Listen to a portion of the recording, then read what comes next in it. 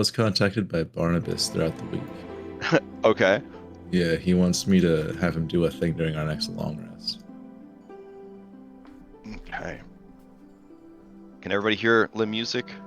Yep. All right, yeah. cool. All right.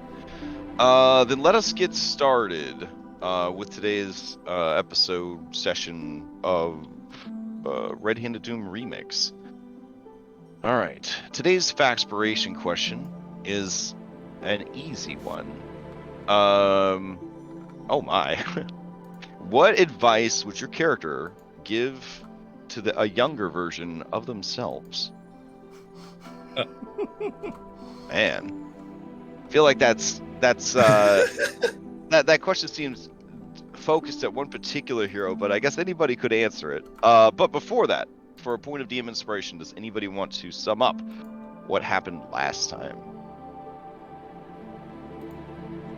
Anybody? My notes are in here. Hold on. I'll always do it if no one wants it, but I'll give first dibs to someone else.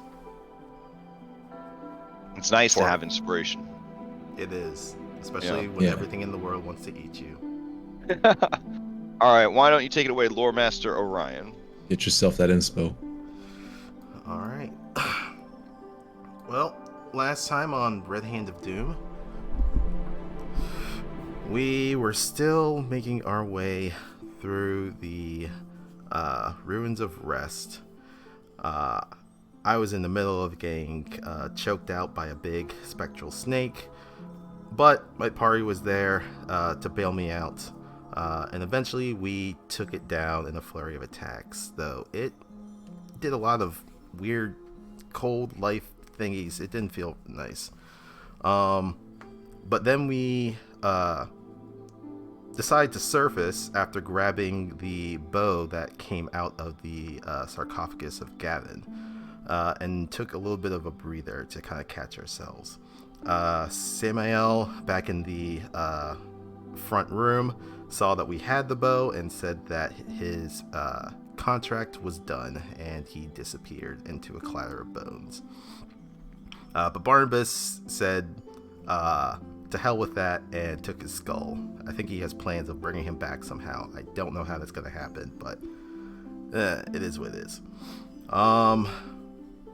I asked everyone else if they wanted the bow, but they wanted me to have it, so I took it. And yeah, it's an angry little weapon. It's an angry little dude.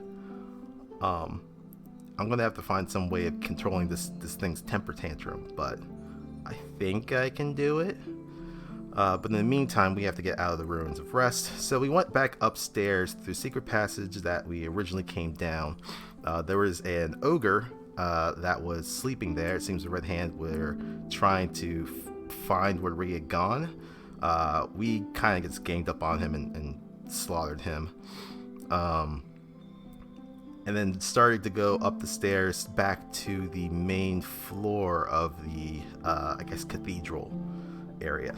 But, however, our slaughter of the ogre drew attention, and we started a very, very grueling fight against Red Hand and more of those Black Spawn raiders. Darkness, sword slashes, a couple people went down, a couple people came back up. It's been a grueling fight, and it's still not over. Pretty sure that the Bloodlord is outside somewhere, but can't see him. All right. Go ahead and take your point of DM inspiration. And does anybody want to answer the Factspiration question of what advice would your character give to a younger version of themselves? Anybody want this one? Yeah, sure. Okay. I'll go for it. All right, Jert. What would you tell baby Jert? Yeah, don't go running off into the forest after your friends. Tends to be a bad time. No, but in a more serious answer, I guess, what he would tell his younger self, if he couldn't avoid what happened to him, would be to, even in the short, 8 to 10 years he had before he went missing, to have enjoyed that and every moment he got to spend before he lost it all. Because Man. now he's having to blitz through everything to try to claw it back. All right. Yeah, take your factspiration. You may ask the same question of any NPC that you've previously met in the campaign, if you would like. Yeah. I almost want to ask Umix because I want to see what he would have done differently, but I kind of get that he would just have. I mean, what do you guys think? Who should we ask?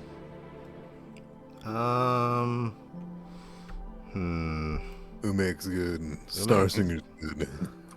Ooh, Star Singer is good. Yeah. Dang. Ooh. She's so old that it's like quite a Yeah. a span of when you were young. Yeah. Sertirian's another one. Probably even oh gosh, Ryan. Father Durney. Yes, our ranger boy. There's a number of pretty good choices, I guess. What would Bartholomew do? Oh, that's fucked up. I'll go with never reveal yourself to adventurers. That's would be his advice. That's a freebie right there. Who are you asking? Star Singer. Star Singer. All right, so Celeria Star Singer. Man. Advice for her younger self. I think in truth, her advice for her younger self would have been to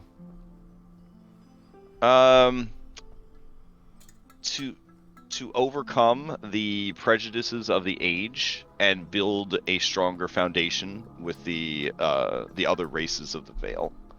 That if she and those who came before her had not lived so apart from everyone else and had not been so xenophobic and so dare I say fantasy racist, they wouldn't be in a situation right now where they have to give up their homeland and become essentially indentured to whatever Feywild court is willing to take them in. Because I mean, they're spinning it to you guys that, you know, this is their choice and they have this power to do this and this and the other thing. But the reality of it is, these are not even Eladrin, right? These are these are mostly prime material elves that are fleeing to the Feywild, and so they're going to be refugees, second-class citizens. Like they're giving up a lot for their continued survival.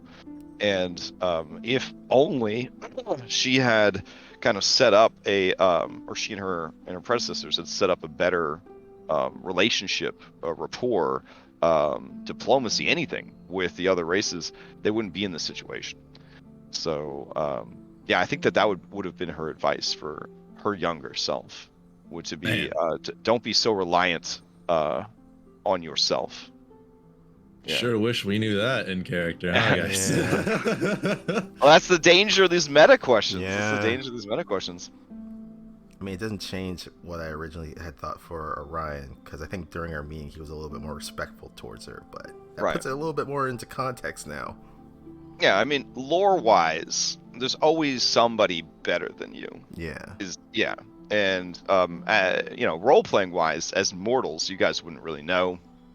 Jert might have some sense of idea, but Jert kind of lived in the wildest parts of the Feywild and didn't really. If you had been found by Eladrin and like other Fey like that, they probably would have adopted you, and kept you as like a family pet or servant or something like that.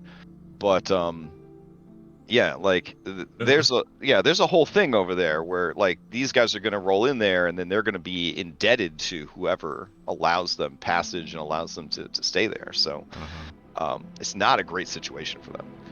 They would really like you to be successful. They would really like things to work out, but they also have very low expectations of the mortal races, especially here in the Vale.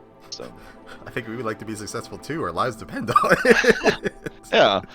All right. Well, on that note, I think we're still in some fighting times. This is the fighting campaign. And we'll head back over to the Ruins of Rest, try to get all that sorted out. And we are down 2 people today, so we will turn Thanlin back into his B team form, and then I believe if nobody can run a certain wild halfling, I will do it because it's pretty simple. You hex things and you Eldritch Blast it. Warlock 101. Yeah, So it should be pretty he good was in that kind enough regard. to give us cliff notes of what he wanted to do. I can take it because I don't have any spells. Oh, okay. Oh So- boy. It's if you want me to take him over, I can do that. Sure. Yeah, I'll give you control real quick then. If you feel comfortable running more than one character arc, I mean, just saying. Never done that in my life. Okay, well, maybe this is going to be your first baby steps into DMing your own game someday. Gotta start somewhere. All right. That's right. All right, so let's see. That's set up. Activate Le Map. Change out Le Music. Look at this combat tracker. So weird. It doesn't say 20 plus rounds. Oh, that's right. It's not Sunday night. Never mind. Okay. Good times. Congratulations to them. They're never gonna live that down. Cry forever. Let's see. No one can say that they didn't earn it, though. That's for damn sure.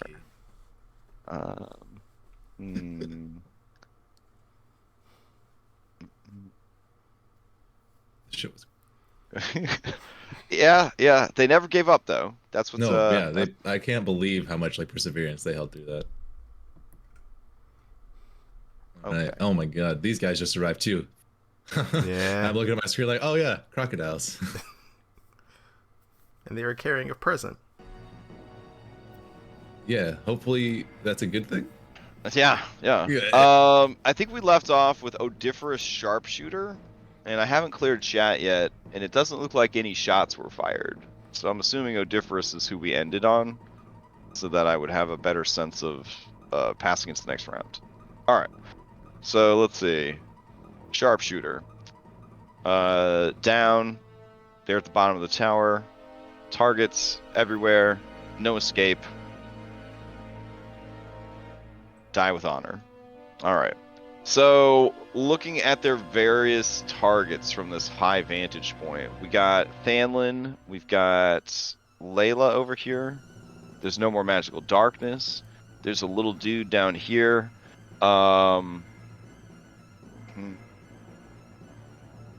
So many targets, she can only take one shot. Okay.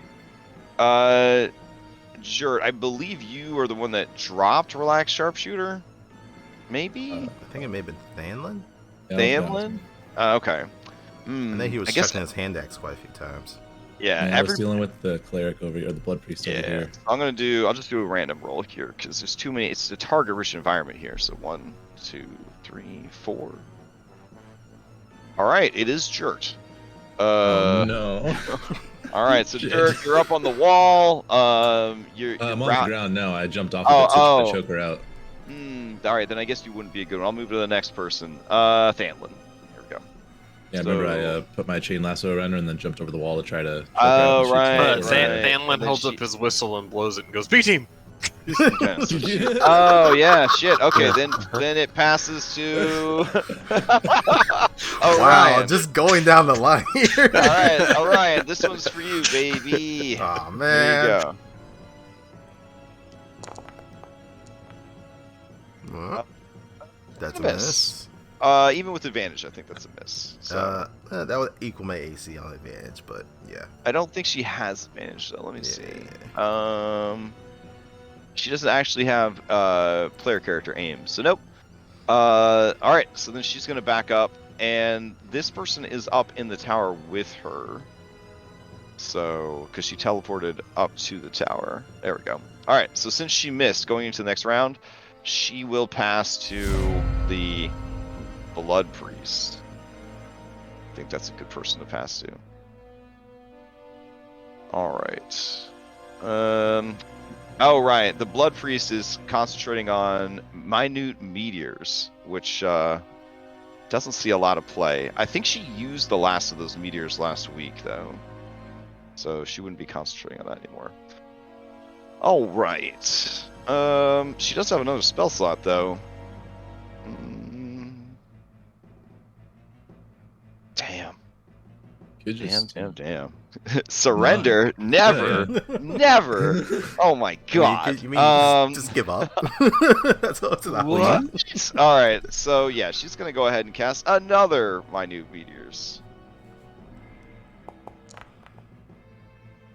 Okay. And immediately chuck those babies into the crowd. So that will be at Jert and nearby crocodiles and all that jazz. So, No. Jert, give me a DC 14 saving throw. 11 points of fire damage incoming. I think even if I make that save, I'm gonna drop to 0. Oh, okay. Oh man, I I mean, think you can still get a boon out of it.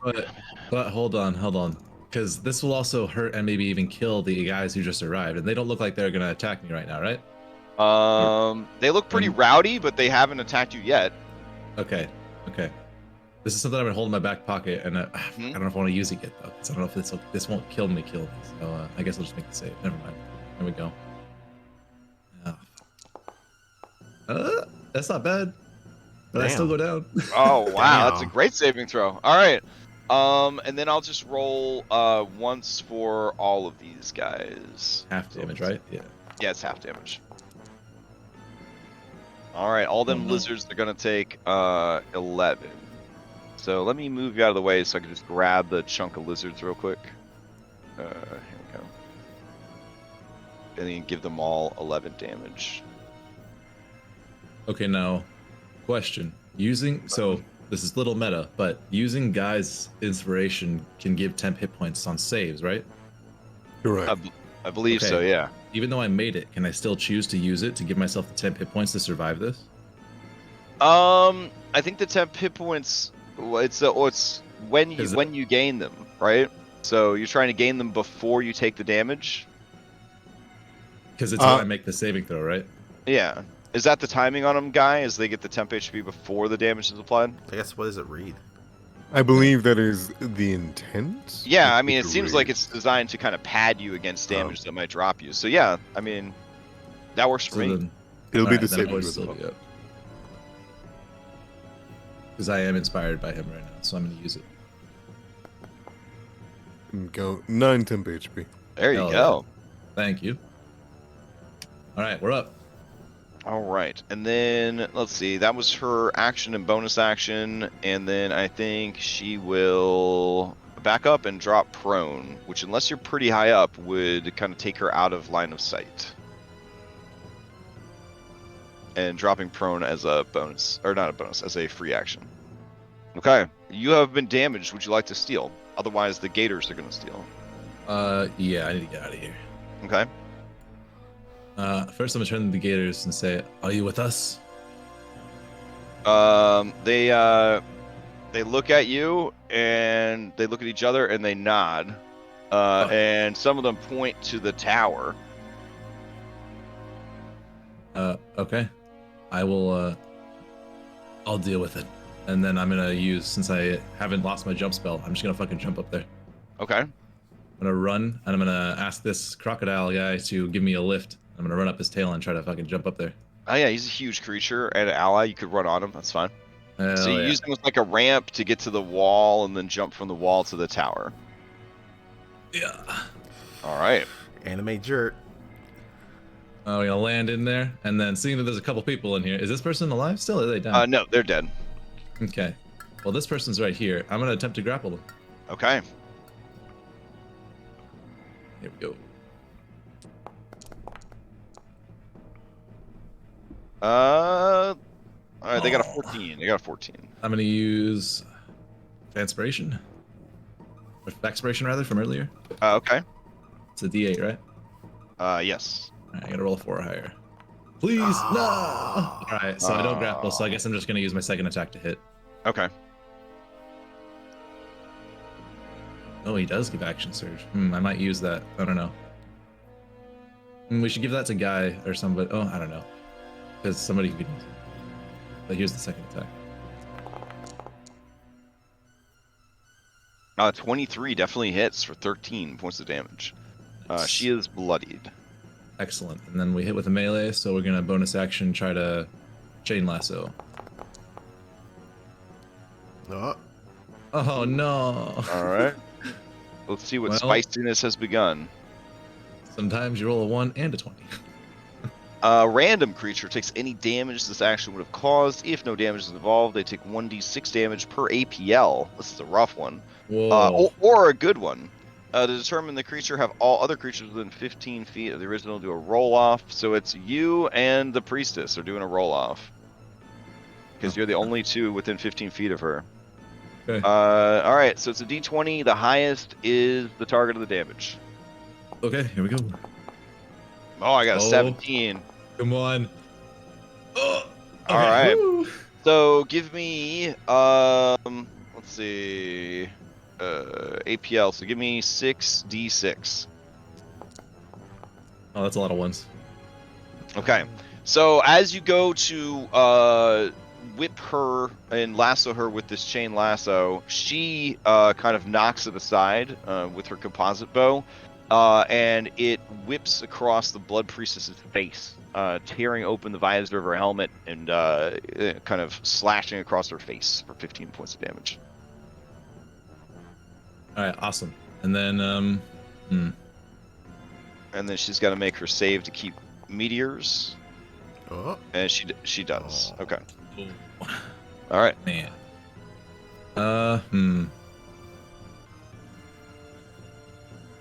Just trying to think here. I might need to use the action surge just to get out of here, but what do you guys think? Does anybody else want to use it? Ben, B team. I had an idea to use it, but you're in a pretty bad situation, so it's all you. I'm going down next round 100%. Yeah. I have 5 HP and 410. I can probably kill her if I use it. Just use 2 more attacks.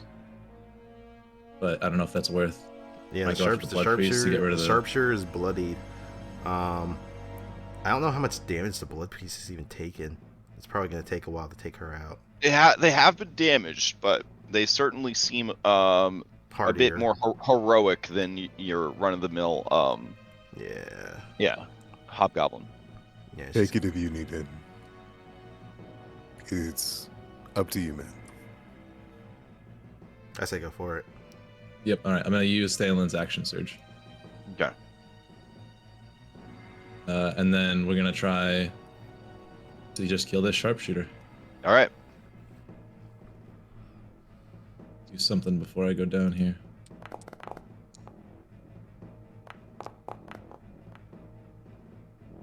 Man, Oof. what are these dice? Holy!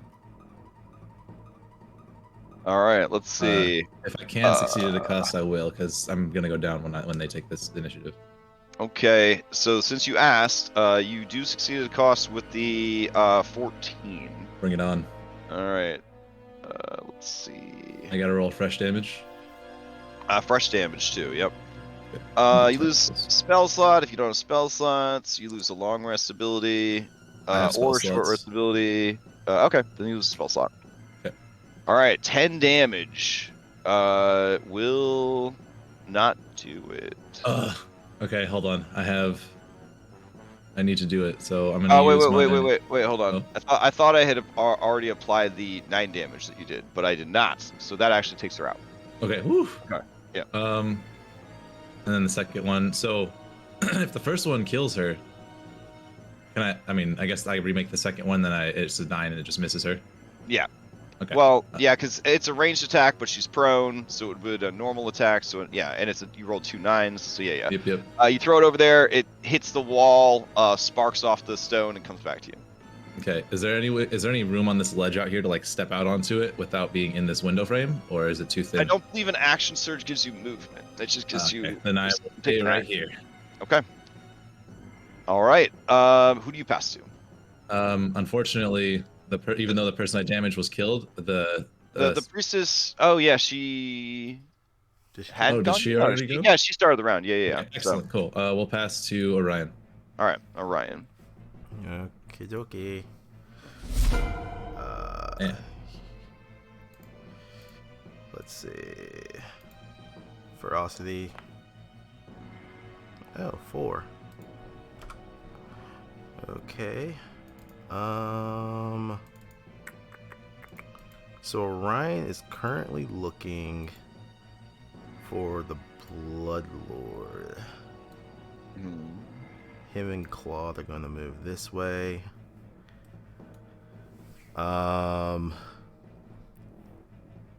He's going to, because he knows that the Bloodlord rides on Big Bird. Can he hear the flapping of any wings at the moment? It would be your action to do a essentially a search action to see if you could roll a perception and hear him. But there is a huge mob of flaming gators and gator dudes here. People are fighting.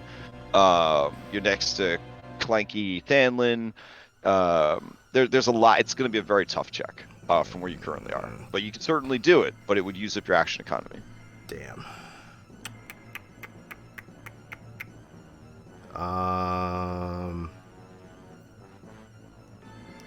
Does everyone think that the Bloodlord is a lost cause? I may just go after the Blood Priest then. Yeah. Unless he just like reveals himself. Orion will spend that 4 points of ferocity to Chosen Quarry, the Blood Priestess. I just have to know they're within 90 feet of me. Okay. Yes, you know that she is within 90 feet of you. She's at the top of the tower. Okay. So she is Chosen Quarried. Okay. Claude is going to take the dodge action. And the Rhine is going to ready a shot for if he sees the Blood Priestess. Okay. That will be me. Pass to I guess Guy and Barnabas. Okay, passing to Guy. All right, Guy. There's a bunch of beds in here. A lot of blood on the floor from all the fighting. Yeah, you can see out into the courtyard. You don't see Layla because she's up on the roof. Actually, you don't see much of anything. Nope. Yeah. All right, what are you gonna do? Walk into the next room. All right. Go So find something. walk out into the courtyard, and then you see Thanlin. Thanlin's chicken dinner. Claude, Orion. Yeah, it's all starting to come together.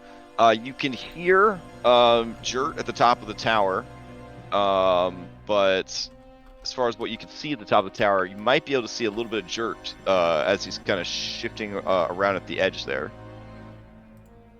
He'll come to here. Can I see the boot of this blood priest in the roof? Let's see. I'm gonna say no, because there's a wall up there, and they're kind of pressed against the wall, and they're prone. So they're prone at the top of a 50-foot tower. I'm gonna say that it's, yeah. All right, no worries. Now, if there's a hole in the wall here, so I guess if you were to go outside, you might have a different view from where you currently are. I am out of movement. Ah, okay. And so I will dodge. Okay, fair enough. And then you're gonna pass play to Barnabas? ? Or I think Layla's in the worst position, and if Okay. I give it to Barnabas, Barnabas will have them. Well, let me tell you, this turn, real easy. All right. Okay. I'm gonna eat a lunch. All right. You eat your Oh sack my lunch. God. It's quite a sack lunch you got there. Yeah, it was very delicious. Okay. Some roasted turkey where'd in you there. get that from? Oh yeah. Okay. And then I'm just gonna roll off the building and climb down the side here. Okay. That's my So- turn. So Layla, you from where you're at, you can see a bit through the side of the tower here. You can see a little bit of the priest crouching down. I'll kind of shout down I'll kind of shout down at Guy as I like kind of roll off and kind of begin climbing down. I'll just kind of shout that there's still someone up there, and yeah, pass it over to Barnabas. All right, let me remove Danlin from the combat and easy. Barnabas. All right, Barnabas, you are outside to the south of the place. You yourself have Devil Sight, which for some reason is not on your mini. Let's turn that on. There we go. Thank you. Yeah. Please ignore Barnabas's new voice, but Barnabas would begin to scuffle around the side. I think. How tall is this roof right here? The roof is 25 feet. 25 feet. Yes, yeah. The wall to the north of you is 20 feet high. He's been doing a lot of climb to the top of the wall. That's exactly what I was. And then climb, and then climb/drop back down has been his MO. That's going to be the same MO. Okay. So climb up to the top of the wall. See what you can see. All right. He's currently clinging to the side of the wall at 10 feet. So you climb the other 20 to the top of the wall, and then. Let's see. I would say that from where you're at 20 feet, you have a better shot of seeing the priestess. And he does have like precision on his ranged attack, his magical attacks or whatever, so that he doesn't have disadvantage. No, not disadvantage. He ignores cover. Ignores cover. I think right. Except for full cover though. But yeah. Right. Yeah. All right. Well, if that is the only target that Barnabas can see. Even climbing to the full height that he can. Maybe, does the wall go all the way up to the top of this roof? Well, yeah, you could just pull yourself up onto the roof from there if you'd like. Sure. Okay, so that'll bring you up to 25 feet. Oh, I can see clearly now. Yeah. All right. And then, yeah, he'll get a good look at that one. I know it's going to be a disadvantage for the Blood Priest because she is... Yeah. Because she is... prone. So we will ready an Eldritch Blast. Okay, if you ready an Eldritch Blast, he'll lose his Hex spell. Oh, he has Hex up. I thought he had to cast it. Alright, never mind then. What's the range on Hex? 60 feet, I believe. 90 feet. Oh, wow. That's a welcome surprise. I was about to say. Yeah, so he'll Hex the Blood Priest and shoot now, then. Okay. Disadvantage, though. Alright.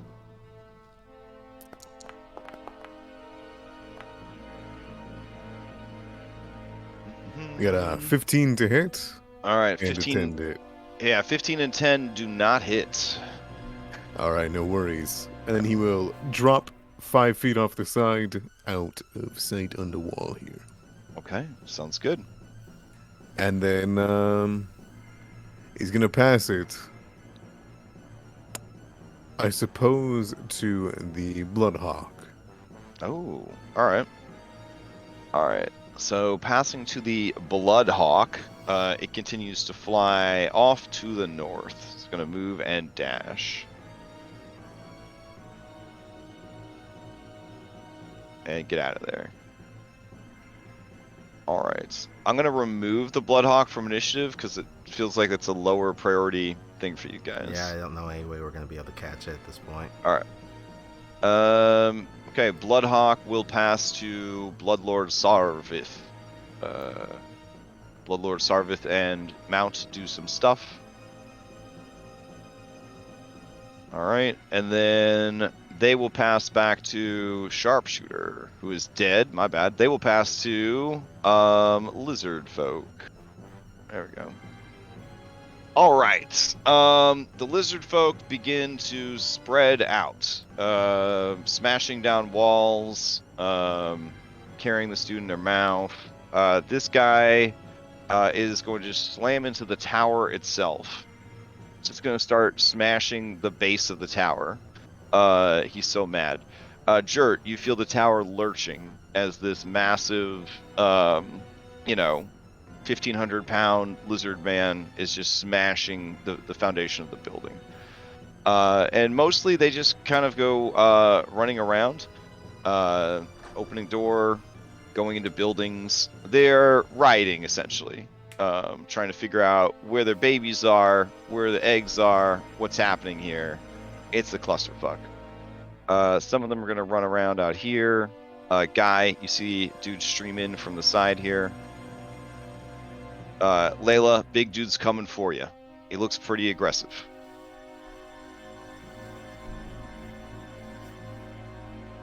Whether or not he remembers that you are friend or foe, I guess you will find out. So, that is what the lizard folk do. Going into the next round, the lizard folk will pass to Jert, who they know is an ally. Hell yeah. Alright, let's see what we can do. She's still prone, right? Yep. Alright, we're just gonna hop in through this window here. We're just gonna do 3 attacks. Okay. Make it easy. Bam, bam, bam. All there's a right. crit in there, 21. Man, oh, the last one. Huh.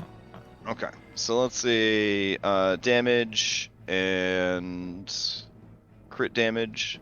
I am going to spend, if she's not dead on my crit, I'm going to spend both of my trained accuracies because it will crit.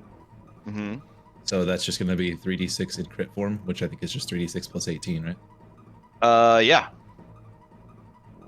So on the crit, she takes an additional 29 damage.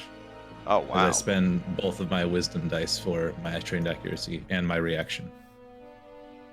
Okay. That would have raised the DC then to a 20-something, because it would have been a crit for 22 plus 29, so her constitution save of 16 would not have been enough, so she loses the minute meteors. She is still going. Oh my god. Oh. Oh shit. That's all I got. Okay. She's gonna steal. Yeah, so Jert like slams into her with these attacks, and when she's still standing, he actually looks a little stunned. Yeah, you hear ribs crack, bones break, the whole deal. And she begins to kind of just murmur, prayers to the sanguine king under her breath as she shakily stands up. So let me see. That would be then Orion. As she stands up, you could take a shot, but she's gonna have 3/4 cover. I mean, it's better than nothing. All right. Yeah, go. Oh man, please. Oh shit! Oh my god. All right, so let's see. So Even with a 18 +5. total. Oh, sorry. Why is it 18 No, total? sorry, I meant the damage. If Oh, 24 yeah, if no. 24 hits. Yeah, no, 24 hits. Even with the +5 armor, Jert, you feel the arrow fly past the side of your face, and it just goes right into the broken front of her helmet, right into her eye, and she lets out a grrr, and then falls dead. Oh, clutch. Hell yeah, dude. I was super fucking dead there. If you You trail, did not get to experience her melee abilities. Oh man. Okay. Oh no, please. that could be for another day. Yeah. If Jert trails back to see where the arrow came from, you just see the glowing neon eyes of Orion through that small hole. Yeah. Peek around the window real quick. Yeah, with the cube. Oh my goodness. Let me tell you, and inflict wounds when you get to roll damage twice and take the highest. Oh my god. Oh no. Yeah. All right. She's dead those. She still controls the initiative, so she will pass to Bloodlord Saarvith and Heartseeker, and I guess they're really far away at this point. I have been kind of tracking their flight here. All right. They will pass to Layla. Layla, big dude coming. Looks like he's just going to eat you and then sort out the details later. I'm not a fan of that. The joys of being primal and neutral of alignment. You can I sort am out the details later. A fan of that. Mm. All of these dudes look like the in that sort of same rage. The little ones here too. Yeah. They are all furious. They have tasted blood. They have made the decision to go against their attackers for better or their captors for better or for worse. They knew that going against them could risk the deaths of all of the unhatched. And so there's a certain degree of just madness and fury in their demeanor, because this was a very hard decision to make, but once they made it, they're all in for that shit. They have to make this work or they have to die trying. Let's see here. And not to shame the lizard folk, but as a species, they generally have an average of 8 intelligence. So this, like friend or foe, you're gonna want to help this guy figure it out. All right. I'm going to take the dodge action for my action, and I am just going to shout almost past him at these smaller ones. Get your beast off of me! And what language? I speak Sylvan. And, Okay. So I know that some of them do. Mm-hmm. All right. They kind of look over at you, and then this one like looks around. And all right, go ahead and give me an intimidation check. Okay. Seeing how pathetic your intimidation was, they realize that you cannot possibly be a threat. So they Success by failure. Yep. So immediately this guy Hold on, let me redo it. Hold on. So it was that bad. Get this get this thing off of me. Please?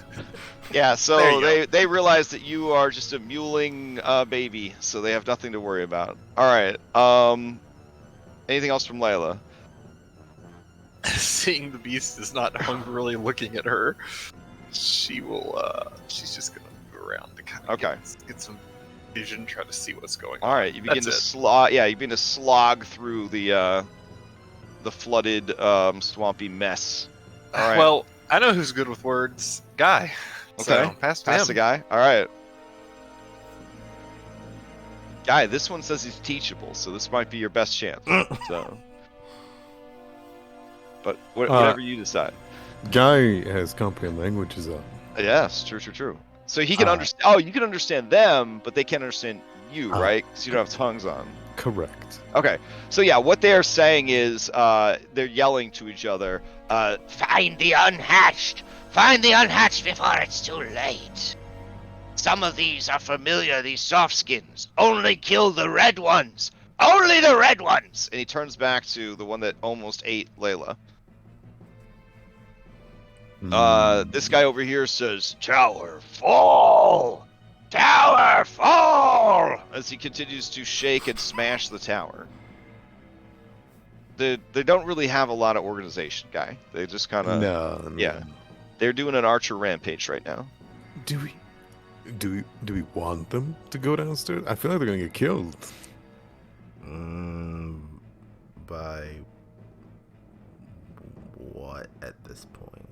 The raiders and all that, but I mean, Barnabas did point out to you Devastators. guys that there is still a bard on the loose, which is no joke, and then some raiders. That guy got keen mind IRL. Well, but we don't know if he's. Stick 'em. We don't know if he is downstairs because an hour has passed. So he could be anywhere. But That's true. He could have left for another one of the bases. yeah. Yep. So I guess we'll stick them downstairs. So Guy will point Orion towards has the something, but I'll let you keep going. Guy will point towards the entrance of which we came up from. Uh-huh. I believe the forbidden staircase that we all got trapped on for a bit. Okay. And will let out kind of like a... he's heard Draconic before. So he will just kind of shout, letting out like a cry at the very least. Yeah, sure. He Draconic will- syllables. Yeah. He will mimic their syllables Uh-huh. the best of his abilities. If you want a performance check, I can do that. So yeah, you just start shouting the word red, inadvertently, and pointing to the south, and they all look at each other, and then yeah, they're gonna go for it. All right. Is that an action, or am I good? No, that's fine. If you just kind of freely, shouting as you do stuff. So you weren't influencing their, I guess in the 1D&D term, right? You weren't using an influence action. You were just telling them go that way. Right. Yeah. I'll come to here, get a good look at the. Oh, the priest is dead. Well done, everyone. Yeah. And he will take his action to look around for the Bloodlord. Okay. All right, looking around with your stolen devil sight, you can see a number of just swamp and coffins and sarcophagi that have floated to the surface from like the flooding of this area long ago. I mean, it's spooky, it's gross, but you don't see any sign of the Bloodlord. All right. All right. I can use my action to make a perception check if you want. Sure, yeah. All right. Okay, as you are looking about with your perception check, you don't really notice anything more than what your passive is already giving you. You got it. Mhm. All right. I will pass it to Orion. All right, Orion, to you. Orion will, in beat speech, talk to the crocodile and be like, calm your riders. There is much downstairs, still danger afoot. He's going to kind of... Oh, please that you speak a civilized tongue. The gator here, senseless giant crocodile, says, masters look for eggs. Masters need eggs. Sadly, there are no eggs. The red ones have corrupted them. A moment. Third one, wait. Embarrassing, but someone should tell you. Food stuck on your fur. Food stuck on my fur. On back.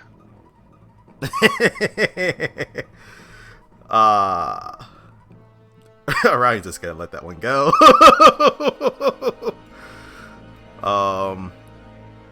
I think that would be a sensible chuckle from Claude, though. Probably Yes. a sensible chuckle from Claude. Yeah. All right. Claude and Ryan both get it. Orion's like, I can't do nothing about this. Claude's like, Moving to the building. Claude's item interaction, he's going to grab the corpse of one of the Black Spawn Raiders. Okay. And then we'll essentially action dash and lay it down on the ground. All right. All the gator folk who see this, all lizard men, they are confused by what they're looking at. He will point down at them and then point at them. Okay. They He is trying to pantomime essentially egg hatching into this. All right. Into them. Okay. I'm gonna see if we can figure this out. Figure this out together, guys. -2. Oh, they get it. And they are horrified.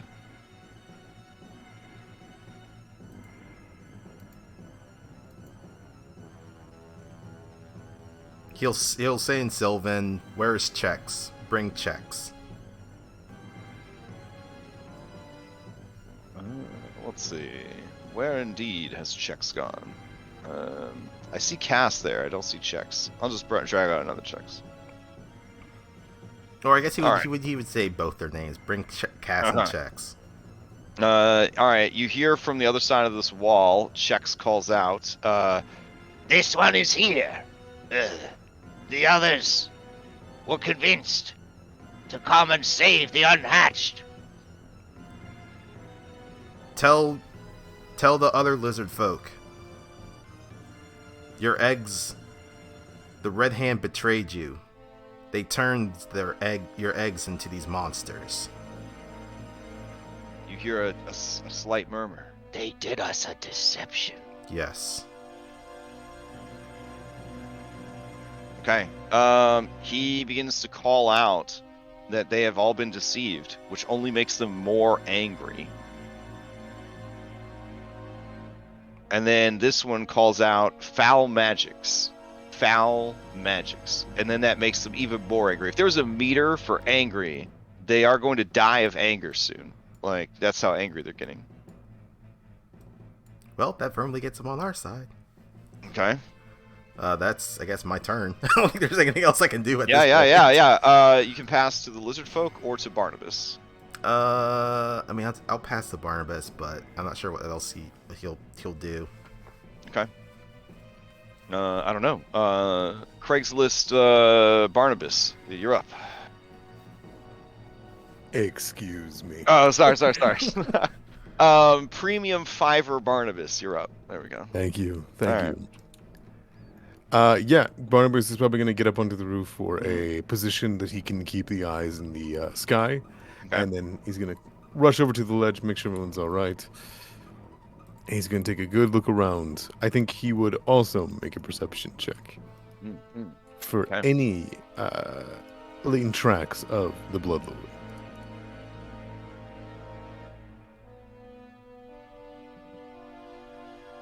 Okay. Based on your current vantage point, you feel that if he was nearby, you would see him from where you're at. You don't see any sign or trail or like, blood or like a piece of fur or feather like sticking out of a tree. So either he didn't leave one, he has made it outside the limits of your vision, he is hiding in some trees, or he headed a different direction, possibly a direction blocked by this tall chapel.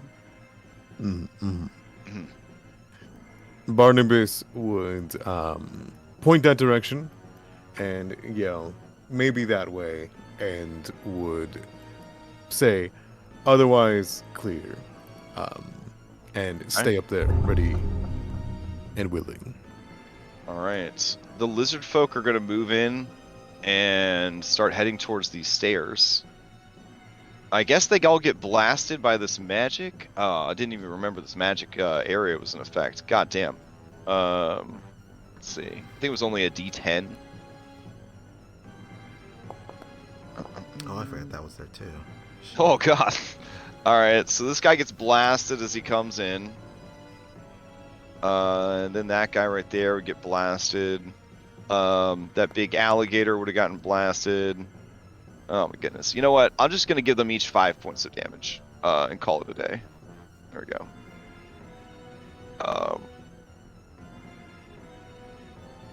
Alright, so he's going to back away from that damaging area. This guy's going to move forward. They're going to just start running downstairs. They're going to move and dash, start heading for the stairs. They don't reach the stairs this turn, though. The rest of them just kind of spread out and just begin looking around. Cass is with them, and this guy moves in. He found some stairs. He, unfortunately for him, will go downstairs.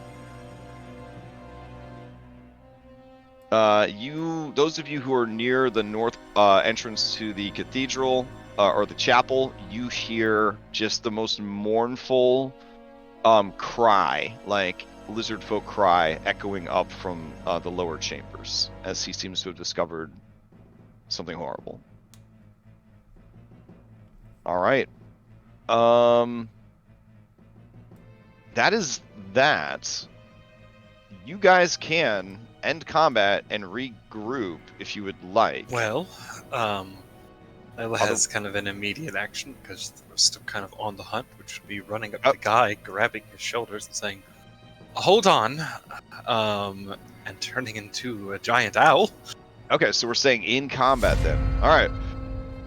Then sure, they'll pass to Layla. All right, so Layla does as I just said.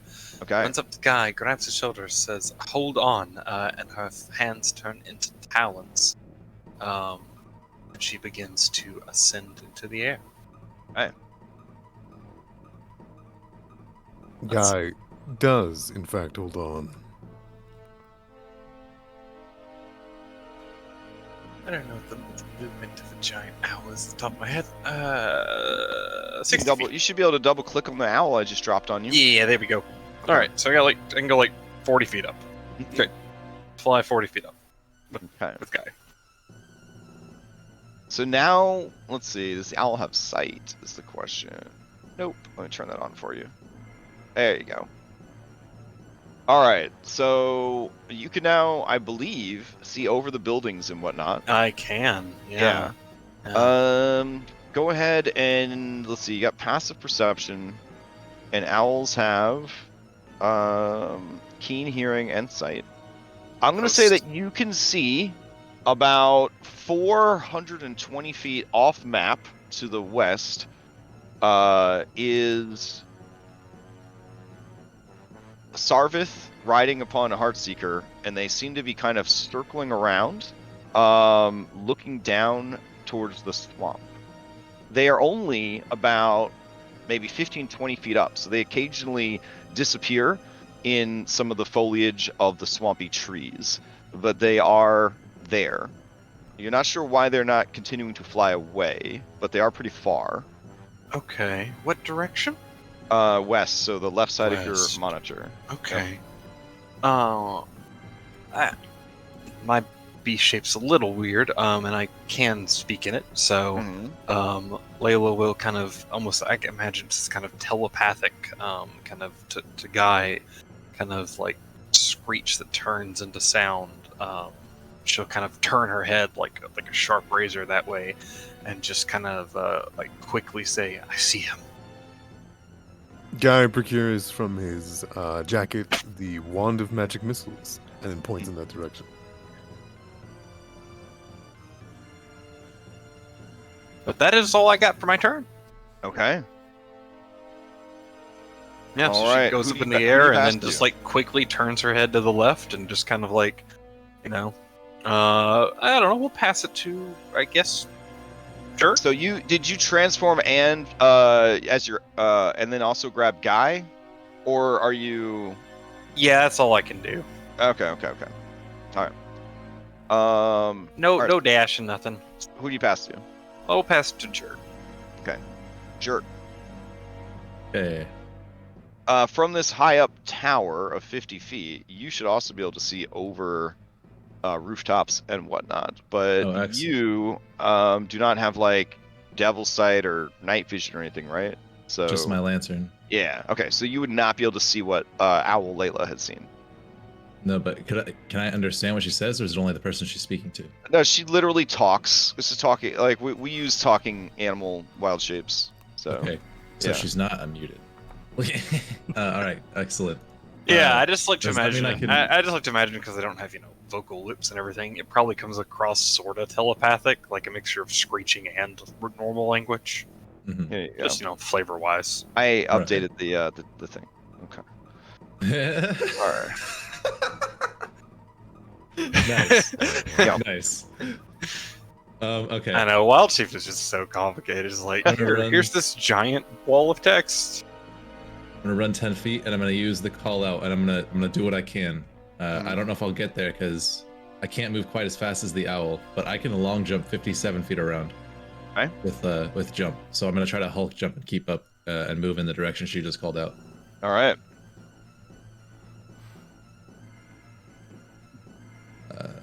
So can I jump onto this building over here? Yeah. That's fine. All right, that's where I'm gonna go. Fortunately, you can't like dash double jump. That would be. I need to get something that lets me do that. That'd be dope. I'll call down to these guys. Be careful down below. They have done something to the hatchlings. And just warn them.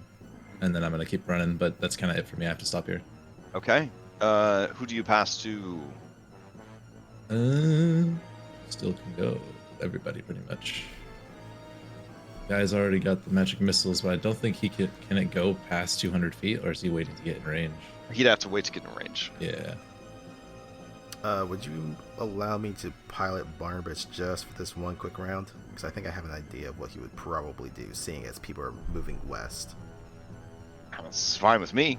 I'll pass to Barnabas. I want to see what you got. All right. I guess Barnabas, seeing that everyone is. Oh, wait, he's 25 feet up. He's on the rooftop there. Okay. I guess it'll be a combination of both Barnabas and Orion. Both of us are going to jump onto Claude. Claude's going to grab Thanlin, and then we're just going to follow after Jert, seeing that he's moving west. That's pretty much like our whole bundle of turns, just to keep up with him. If that's cool. Yeah, that's cool.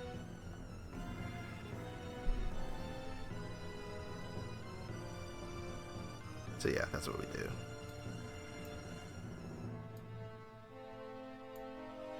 All right, who do you pass to? We'll pass to, I guess, Guy, but Guy's riding on the owl. So yeah, Guy's just chilling on the back of this owl. The owl is technically not a mount, so you can't really make it move or dodge, dash, disengage. So you're just kind of chilling, ready to fire the wand. Completely spent on all resources. Will dodge or... I mean, I can't read an action to cast a spell because it is a spell. Yeah. So I dodge. Okay. All right. Layla, on your back. Guy is juking and jiving and wiggling and ducking and yeah. Like he's in the trailer for a How to Train Your Dragon video. Like he's just all over the place on your back. It's wild. All right. Who do you pass to? You got Orion, and the Lizard Folk and Bloodlord Saarvith. The slight bit of bird brain in me is very confused if Guy is trying to perform some sort of owl mating ritual. Don't insult yourself too hard. Wild shape, you still have your normal brain. Yeah, you normal listen, brain. the bestial instincts. Oh, okay, fair enough. So Guy, Orion, Lizard Folk, or Bloodlord? I guess I wouldn't be in part of that because I already went chasing after Jert. Oh, right. Yeah, sorry. Yeah. So yeah, all right. Let's just do Lizard Folk. Lizard Folk are gonna start heading downstairs. Cass will turn to you, Orion, and she will point towards the door questioningly. Downstairs, what is left of your eggs?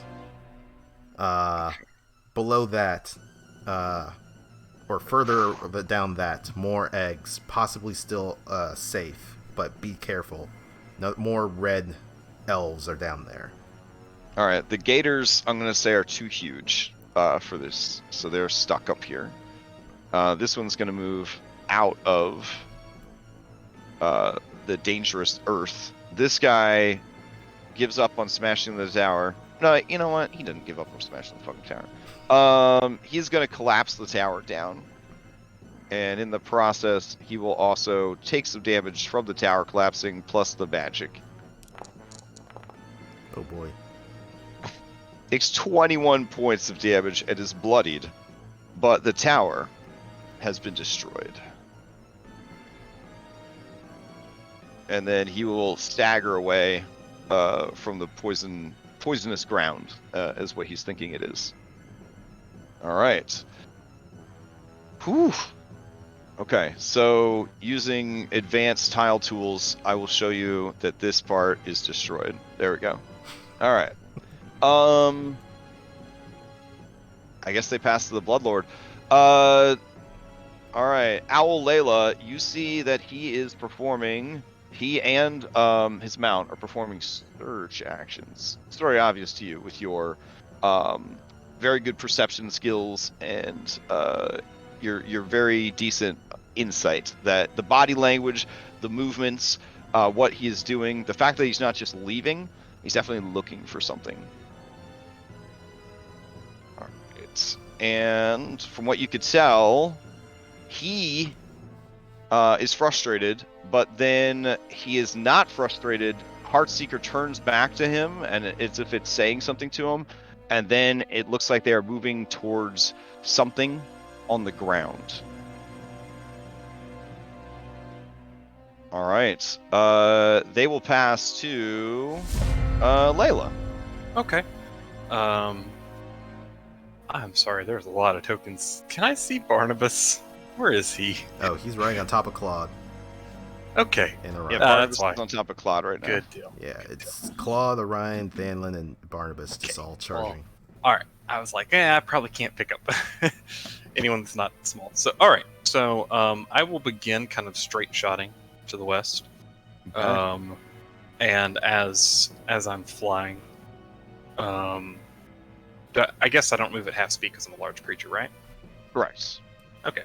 So as I'm flying, as she's flying over, she will kind of echo shout down, he stopped. He's searching for something.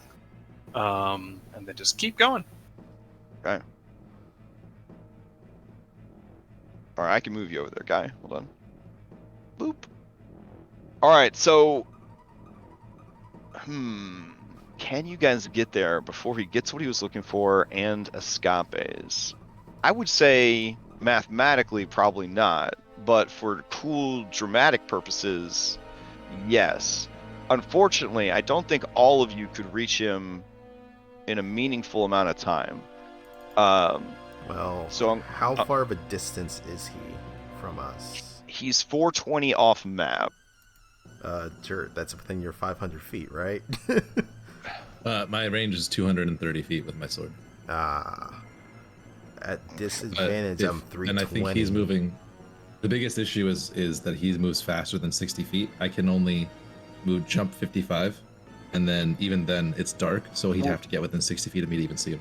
Without spell enhancements, this guy can move 180 per round, so he should be able to he should be able to outpace. Here's what I'm going to propose to you. He had to stop for something. Layla and Guy could reach him and initiate a combat. The rest of you would show up during the combat. But the question is, can Zero Resources Guy and Owl Layla hold him or deal with him long enough for you guys to engage? That's up to them if they want to take on that risk. I would can always turn back into normal, Layla. I would put it to a vote, but it really comes down to whether Guy and Layla feel comfortable doing this, because this guy is tough. He did not have any paragons because there were too many NPCs for him to have it. When he's fighting by himself, he will have his access to paragon economy as well. I'm willing to give it a shot, Guy. I'm willing to give it a shot as well. I do have a fully charged wand of magic missiles, so... Okay. You guys will have range support. Oh, shoot. So what we'll do is, using the power of storytelling and narrative, even though mathematically there's no chance you guys could have caught him, we will say that you arrive just as he is putting into his pocket whatever it was that was dropped, and remounts, getting ready to hop back onto his mount. So let me move everybody over to this other map then. Now, how does sight in the dark work if I can see 60 feet, right? But what if there is a light source off past that? You would see, you'd see that light source off in the distance. This is one of the dangers of dungeon delving, is being the only light in the darkness, essentially. Okay. Because I'm going to start throwing as soon as I get within 230. Right. Let's see. I'll move a little bit. If there's one thing I don't like about 5e compared to like 4e, it's the quote-unquote realistic ranges that they gave so many ranged attacks. Because it's like, then you have like a whole squad of Aarakocra sharpshooters, just like, fire arrows down from 600 feet for their entire campaign. But yeah, I guess if you want to gun turret it from off map, that's fine. But I will keep that in mind for hobgoblin sharpshooters in future combats. Let's just say that. In this scenario, there's two people fighting a paragon monster. Yeah, I got you. So just to understand, I'm fine with that. I tell my players whatever rules I put in place for both me and you. So anything you consider, remember that. Right. Like, I want it to be known that I am not the one who initiated arrows being fired off map. Historically, it was Jerks who initiated this style of gameplay. Oh yeah, I did this before. All right. This isn't the first flat-mounted fucking combatant I've killed this way. All right. Let's see. Yeah, you did sniper that displacer base a while back. Yep. Who are we missing here? We got Layla, Guy. Where did Barnabas go? He's so small. I think it was still back around like that. Oh, okay. There we go. Yeah, All so right. it'd be Orion, Barnabas, and Thanlin riding on Claw, 2 smalls and a medium. Okay. That's probably the most he can carry.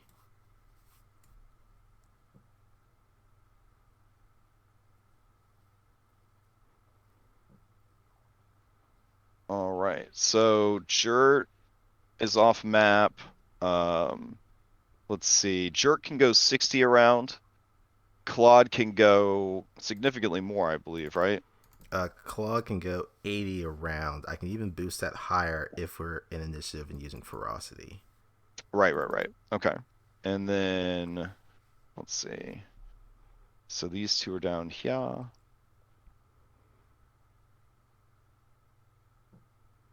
Okay, Guy and Layla will roll up onto the side of the map here. All right, Thanlin's a B team, so don't need to worry about him. And Layla is an owl. All right. Okay, that works.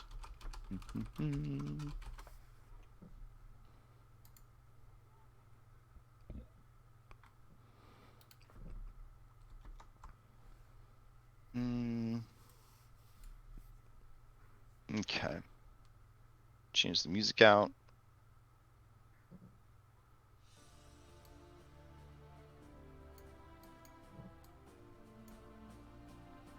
All right. Okay, so we'll roll. Everybody can roll themselves into fresh initiative.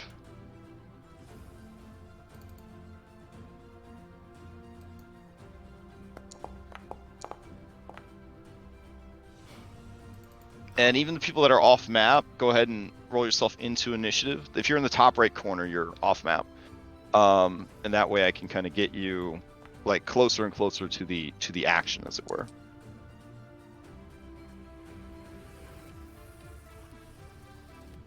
All right. Where's that button on the character sheet? 'Cause I usually click the dice thing on the track. It's next to your armor class, to the right Yeah. of it. IN, Okay. you just did INI. Yep. Cool. Here we go. All right. So who are we missing? Guy, Layla. Oh yeah, Barnabas isn't here yet. Okay, so let me roll him in. All right. Okay, you guys got the drop on him. Guy, you control the initiative. And let's see, Guy. Is you it should be? Yeah, let me check your vision real quick. No, I'm out of 60 feet of Barnabas and loses sight. Oh, okay. Understandable. This area is pretty dark. What's your guys' vision look like on this map? Like none? I can see into here, like 25 feet, 30 feet. Same. Oh, I know why it's limited, because there's like a really bad fog here. Okay, because I was going to say... Built into the map. That wouldn't help the narrative though, so I'll go ahead and get rid of the fog. Here we go. There we go.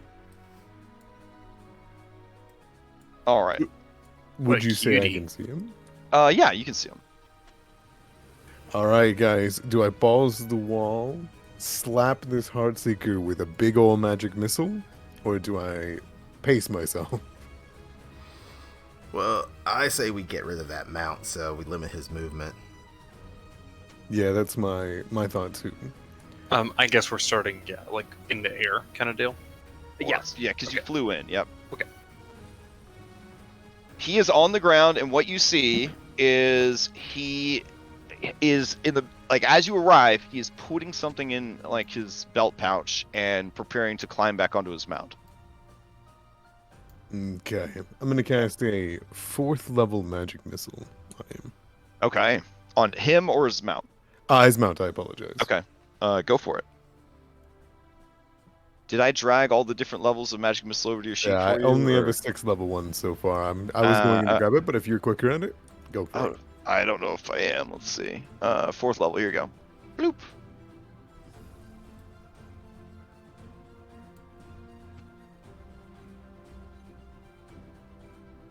You should just be able to click it, and there you go. Yeah. Oh, very nice. All right. Let's see. We got 12, 15, 20, 24 points of force damage. Goes blasting into it.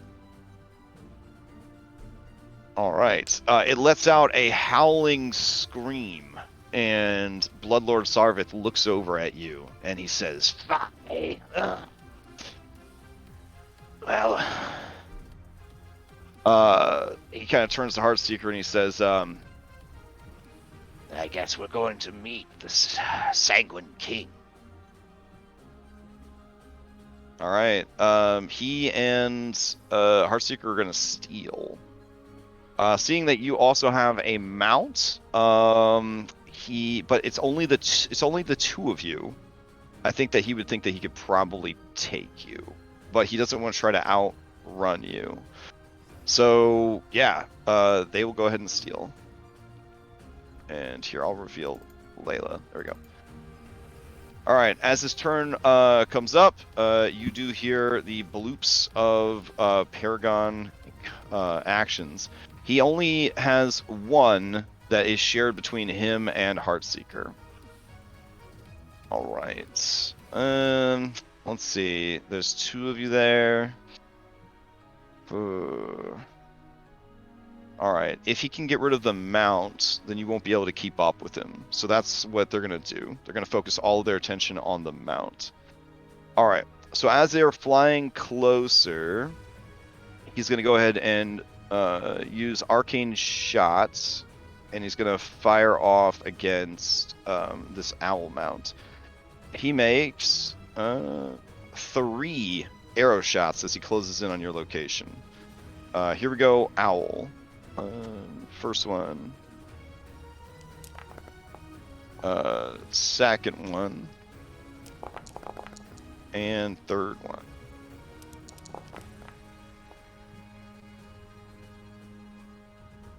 Right. All Are right. they at advantage or anything? Let's see. They are not at advantage. Okay. Then only the first one hits. Okay, he will. The extra AC I have from my stuff. All right. Yeah. Let's see. He will use. Oh, okay. He has to decide on arcane shot before or after, or sorry, after he makes the hit. So instead, since he missed you with the second shot, no, he would definitely just score the extra damage there. Okay. So go ahead, Owl, and give me a Constitution saving throw.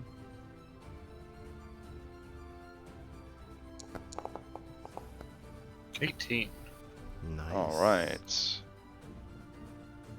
You make the save, and instead you just take the extra damage, which is 2d6 necrotic.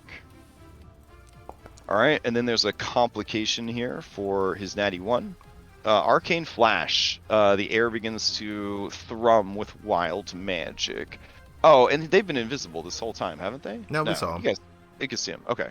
The fog is really messing me up. All right, so he'll use half a speed, hop on there.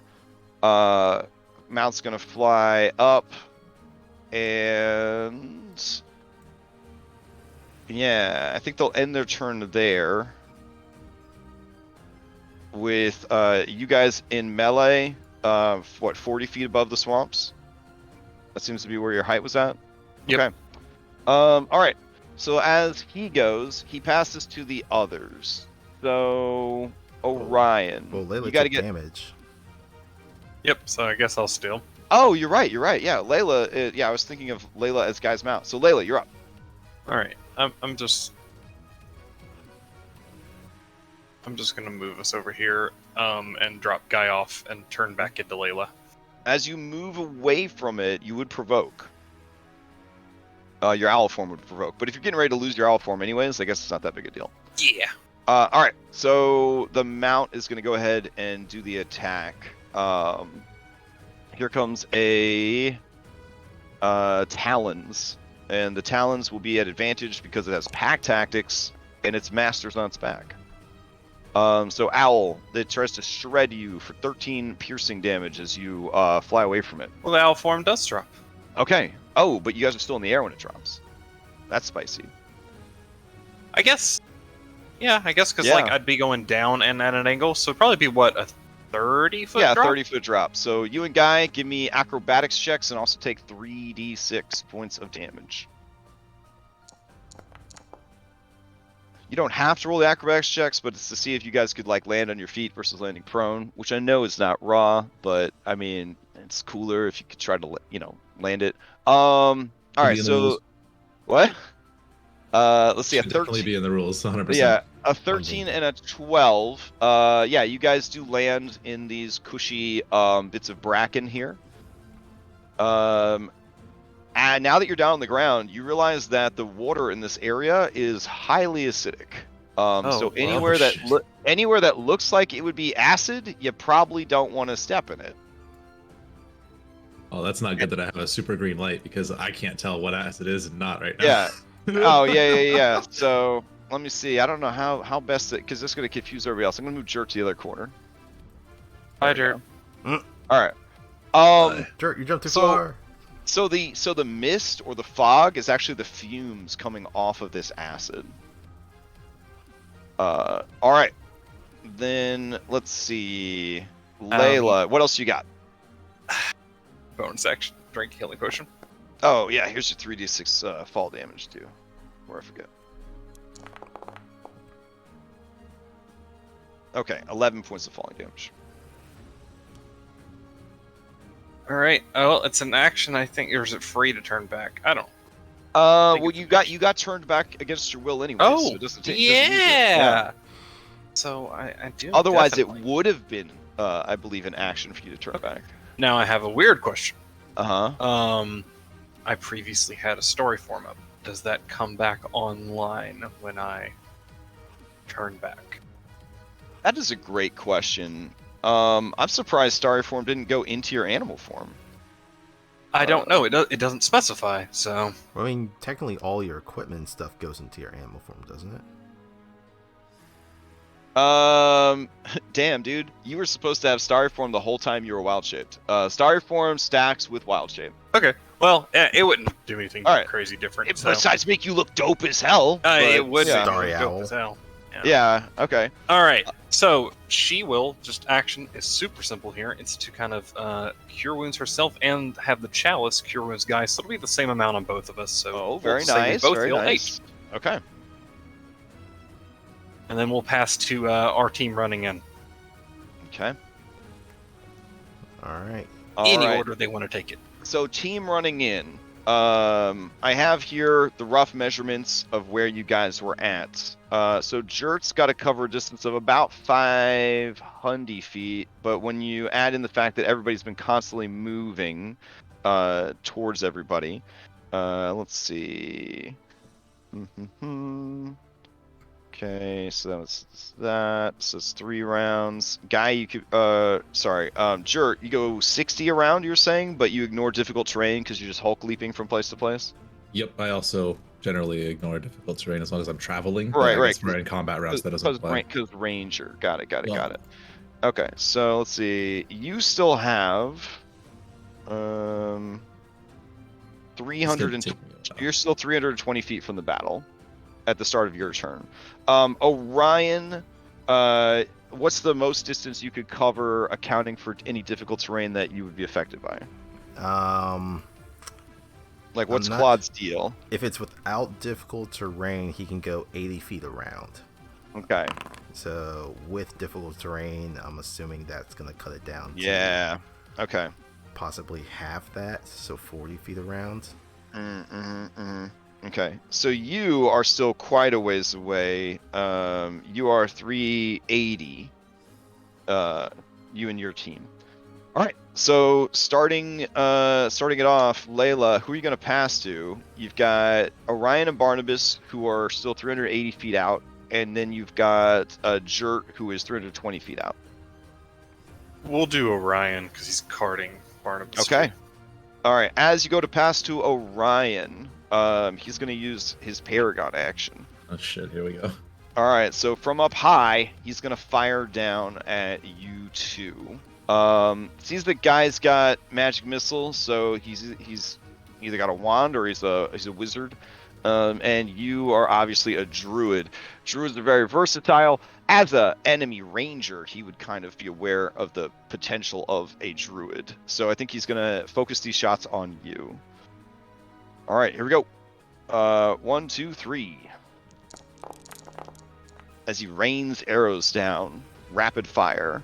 Oh, but what not was for, his... Oh, the arcane flash. Okay, sorry. I was like, he rolled Yeah. Every one of them misses. Oh, nice, shit. nice. But the arcane flash, now that you remind me, would actually have happened for Layla. So let's get that taken care of real quick, in case it's anything horrible. Oh no. Sorry, I was looking at Let's that. see. No, don't be sorry. They're always interesting. Okay. Well, it's not too bad. It's not too bad. Everyone's pretty far away, but you apparently everyone knows this. The timeline has been rewritten so this makes sense. At some point, you did in fact borrow money from Saarvith, Heartseeker, and Guy. You owe each of them 3 gold pieces. Everyone knows this to be true. That's such a random line. All right. Well, Guy, it's not the time or the place, but the fact that she still hasn't paid you back that 3 gold, I don't know how you feel about it. Yeah. it's the fact that I've been Like, around for some Saarvith reason, long it's enough heavy. to owe It's him heavy 3 on your gold. mind all of a sudden, Guy. The time that she borrowed that 3 gold from you, it still hasn't paid you back. You know what? It explains all the bickering they were doing in the tomb.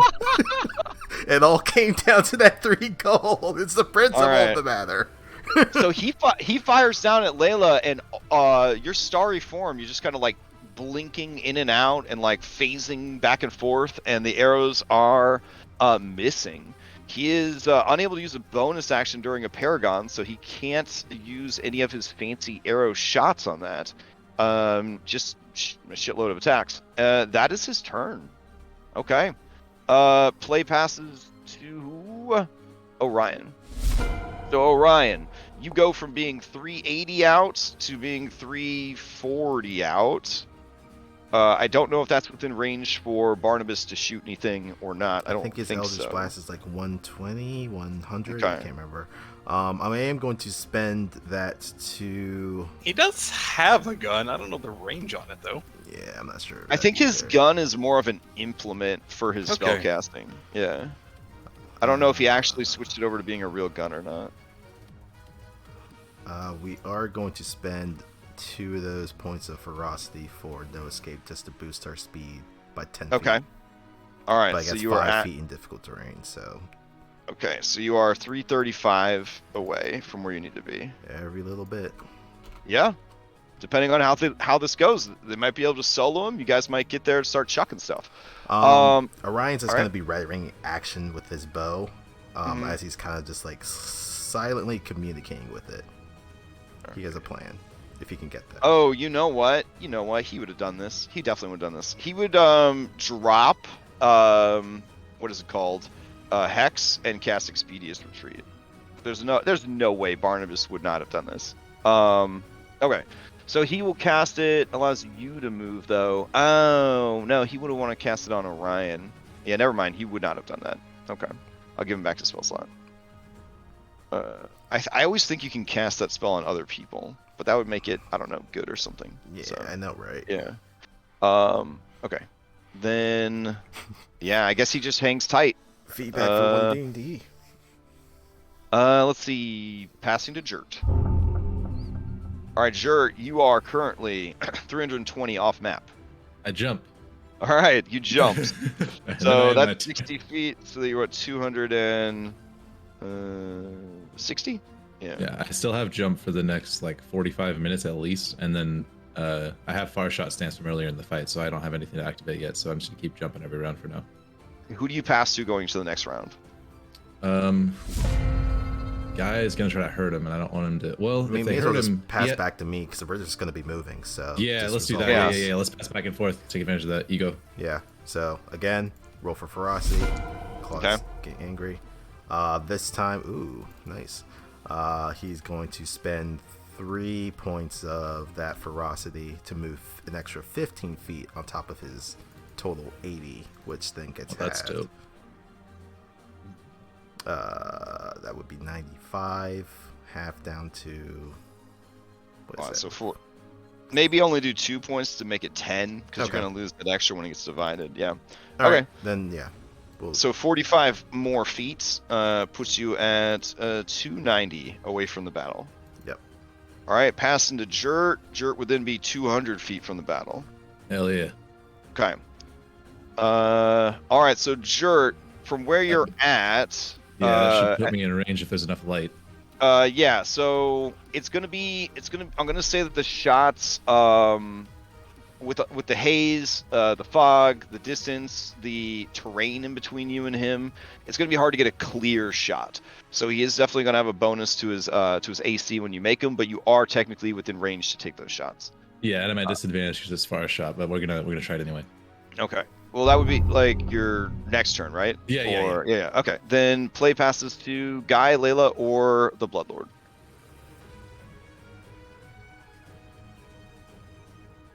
Who do you pass to? Sorry, I re-muted myself. I guess we're gonna go Layla because Guy's probably gonna hurt him. All right. Layla, to you. Oh man, this means I can't hurt him. Can't Well, you? You do Guy's you. the only one that can go next. Also, he hasn't used any Paragon action, just mean he's out, so it doesn't matter if he's.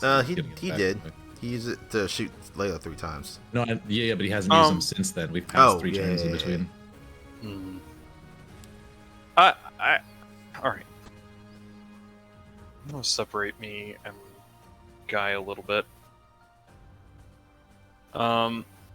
This is small enough I could jump over it, yeah? Or you said it's like got acid fumes coming up though. I mean, you don't have to spend an action to jump. That'd be stupid. So yeah, you could just use, it'd be two spaces of movement to jump over it. Okay. We'll just move you there.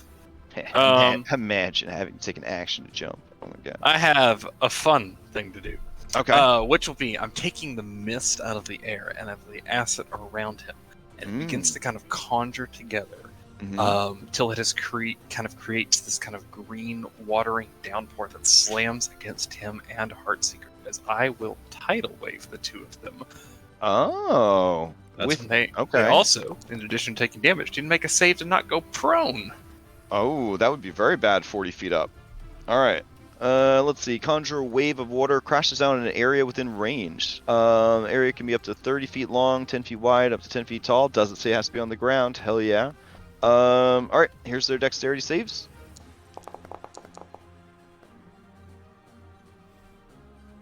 Let's see. He makes it. The mount, however, does not. Right, and the he mount takes 8, the mount takes 16. Yeah. All right. The mount goes prone, which means he goes prone. So he will. Yeah. All right. As the mount starts to fall, he will reaction, kind of dismount and feather fall down. Which I guess Guy training in Arcana, you would recognize that is the move that he just pulled.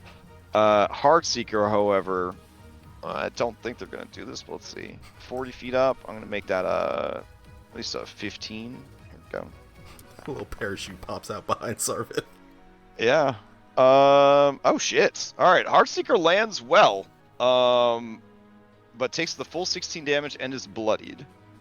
And it looks like they might have landed in some acid down here. Yes. So they're gonna go ahead and take some acid damage. Oh shit.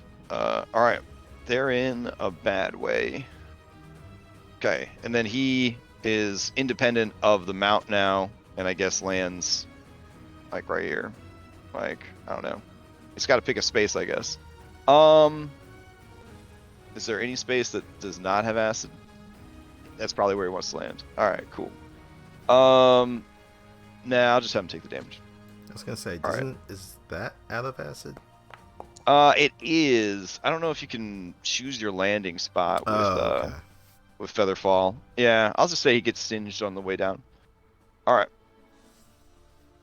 So he lands in some acid. Heartseeker lands in some acid, is burned badly, is bloodied. His reaction is spent, but they're definitely gonna steal. All right. Okay. Go ahead, Heartseeker, steal. All right. So now they are technically separated from each other. So Heartseeker will unless he's gonna remount. But I think at this point they are kind of fighting for their lives here. So, yeah, we'll have Heartseeker go first. Heartseeker is going to fly towards Layla, kind of launching itself through the air, and as it lands next to you, it will go ahead and attack you with its multi-attack, attacking twice. So it attempts to, yeah, alright, so it will fly up and then drop down on you, so it can also use its dive attack. So here we go. Here's the first attack, and here is the second attack. Alright.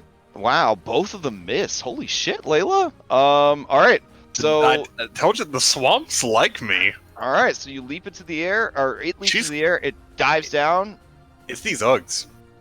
Apparently. Okay, so both of those attacks miss, so you don't suffer the dive attack, the gore, or the talons. It will pass to Bloodlord Saarvith. Alright. Bloodlord Saarvith has the unfortunate thing of being a weird rogue fighter, ranger, goblin hybrid, so he's got too many things to do with his bonus action. Too many things. Alright. He is going to slowly begin backing away and firing shots at Layla. Alright, here are 3 shots for you, Layla. 1, a 2, and a 3.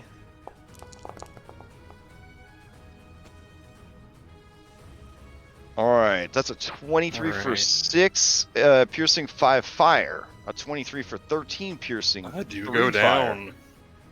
Oh no, alright. And then an 18 for, I guess, a failed death save. You got it, boss. Alright, and then, since he didn't need his bonus action, he will move into these this underbrush here. Yeah, that seems like it'll work.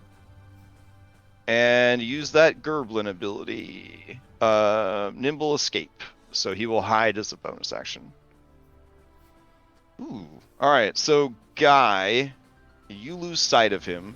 Layla, you lose sight of him in so much as you are dying. But Guy, you know he's hiding in these bushes over here. Alright, and then he passes to Guy. I think I gotta go for the mount, huh, guys? Yeah. Lord knows I ain't got no healing, so let's see.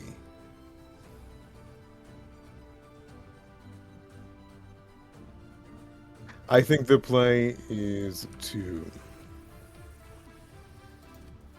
I have to ask, though, for Morian's stomach bio, Yeah. it says that it applies the slowed effect from D and Done. I'm not sure what that is. Oh, okay. So basically, it's like magical slow, but not magical, essentially. And it needs to be ingested, however. Yeah. Oh. That could have been cool. That could have been cool. All right. And Heartseeker is bloodied, correct? Heartseeker is bloodied, yes. All right, so what Guy's going to do is he's going to rush up towards Heartseeker, and he's going to cast a 3rd level magic missile. I'm just going to use the 4th level you sent me, and we can just ignore one of them. Sure.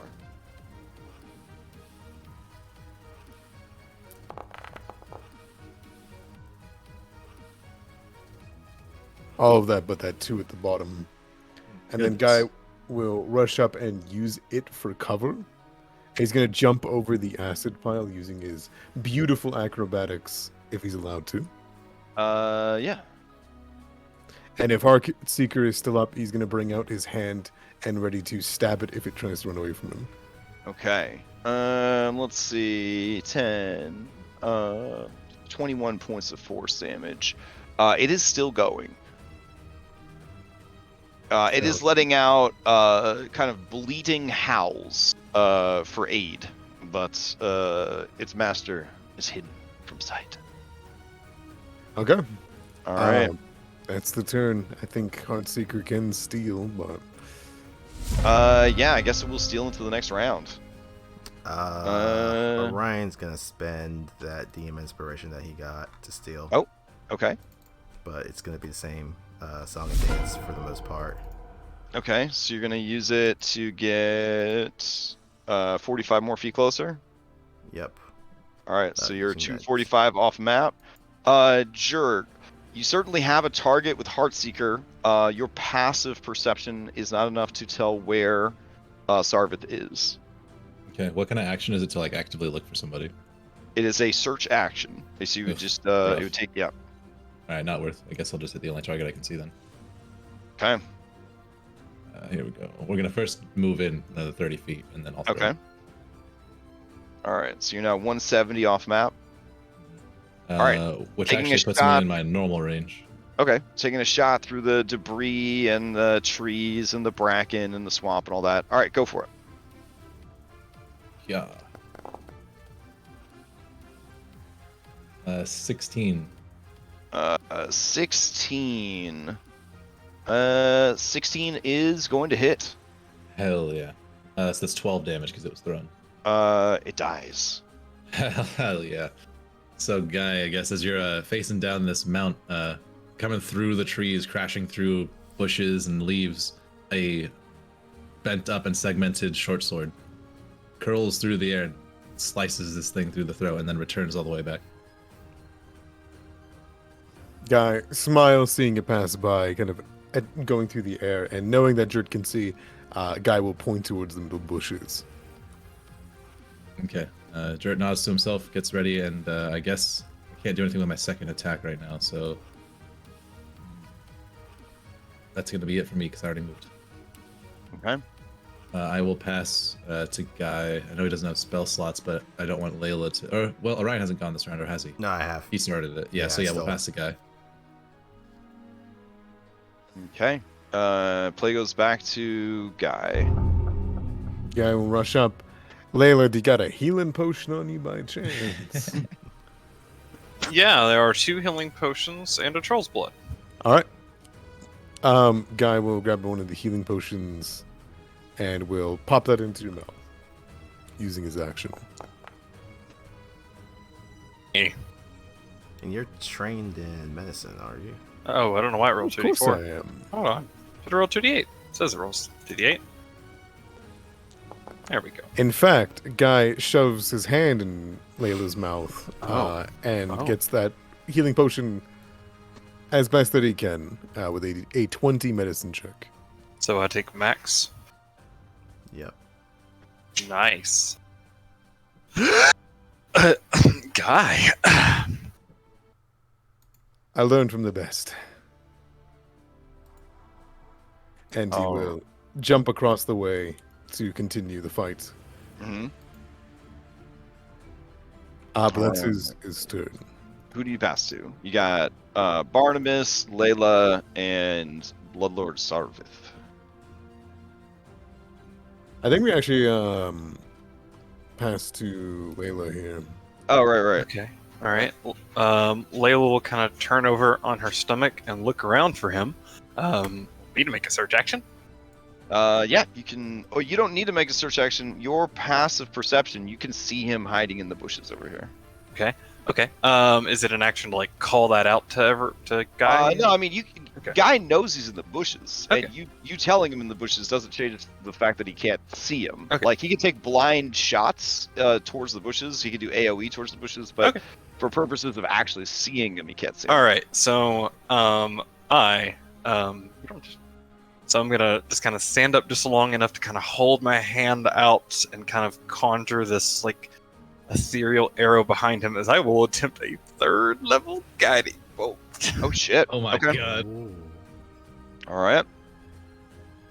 Please roll well. I got an inspiration from Guy if it's still up, so I'll go ahead and roll it. Okay. We'll roll it in. Yeah, absolutely. 16. Ooh, 16. Is that succeeded at a cost range? Well, since you asked, here you go. Targeted until the end of the next turn. All enemies in play. Not the worst one to get right now. Any attacks that hit and deal extra damage equal to your proficiency bonus. Okay. All right, so give me fresh damage on guiding bolt. Sure. So roll a new 66 for me. And it has that 7 thunder from Guy too, right? That's crazy. So There you good. go. Oh, There you go. Oh, All right. oh Give that's us 2 nasty. d6s in there. Give us 2 d6s in there. Oh, You my you God. rolled all 6s. Oh my Yeah. God! 2 Four more sixes. d6. Oh my God! 5 6s. Out of 6 Ah. dice. Oh my God. That's disgusting. All right. Constitution save. He did make it. So did he take half of that thunder damage, or none of it? And Guy. For the Reapers, I think it's save or suck. So. Okay. So he's good on that. So All right. But 34 radiant, and he's glowing. And then seeing that I have his attention, I, having just stood up from prone, kind of give him like a bloody grin, and I'm gonna dive behind Heartseeker and use her as cover. All right. That's Fair enough. Okay. He is. He's gonna steal, and it's gonna be a lot of arrows, I guess, for Guy, because he's gonna burn his Paragon, and then his turn will come up, and he's just gonna be firing fucking arrows like a little machine gun turret guy. All right. So here we go. Unless there's really nothing else to do about it. So yeah. Here we go. 3 attacks, and then 3 more attacks. 1, 2, 3. Ow! Oh shit. Ow! Oh, miss. Okay. Yeah, 18 armor class. So. All right. So on the first shot, he's gonna add an effect to it. Excellent. All right. So this effect is gonna be shadow arrows. So go ahead and give me a Wisdom saving throw. That was a 5. No, 13. 13 is just enough. So you just take the psychic damage. You are not blinded. Oh, that's okay. I'm unconscious, so. Oh, okay. Well, there's 10 extra from the first attack. So the first attack would have been 23, or 13 piercing, 10 psychic, and 3 fire. So the second one would strike me when I'm down to deal death save. Okay. All right. And then the third one would just bounce off of your armor. All right. So he did use his that was his Paragon. So actually, That's not his turn, yeah, right? he wouldn't have been able to apply the 10 damage. So I don't know if that changes the narrative for you or not, but he would not have been able to apply the 10 damage because he can't do the bonus action thing during his Paragon action. The fire is always there, right? Fire damage on each arrow? Yes. Yep. Then yes, I'm down still. Okay. All right. And then Layla is over there. So his actual turn comes up. He is going to.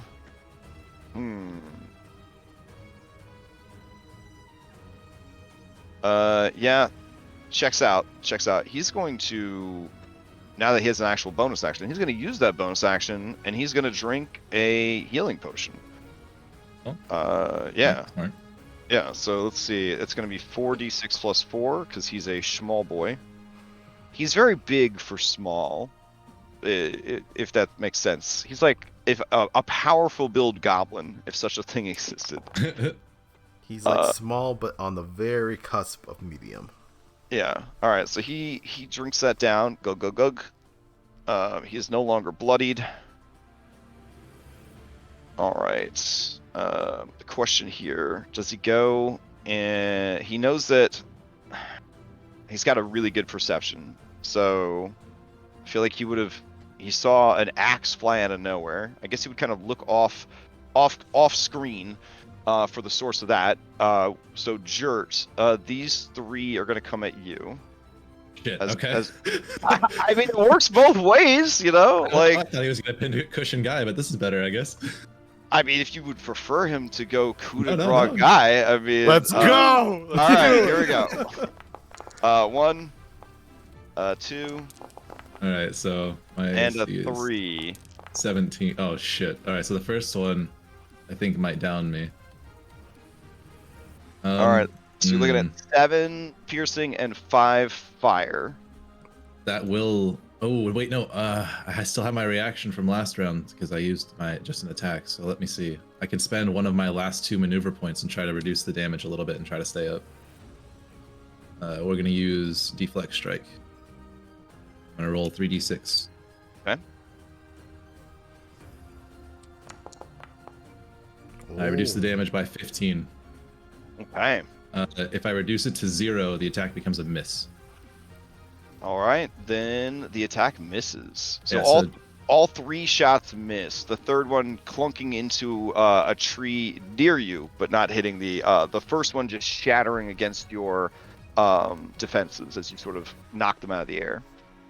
Hell yeah! I like to think when the sword like comes back for him to catch it, it just knocks his first arrow out of this guy. Okay, he is going to then, looking at his terrain options here, he already used his bonus action to drink a potion.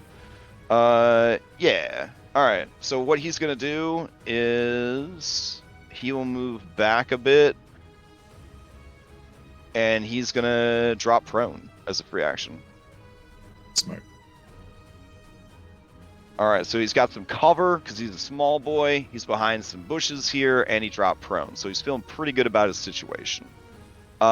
He will pass to Barnabas.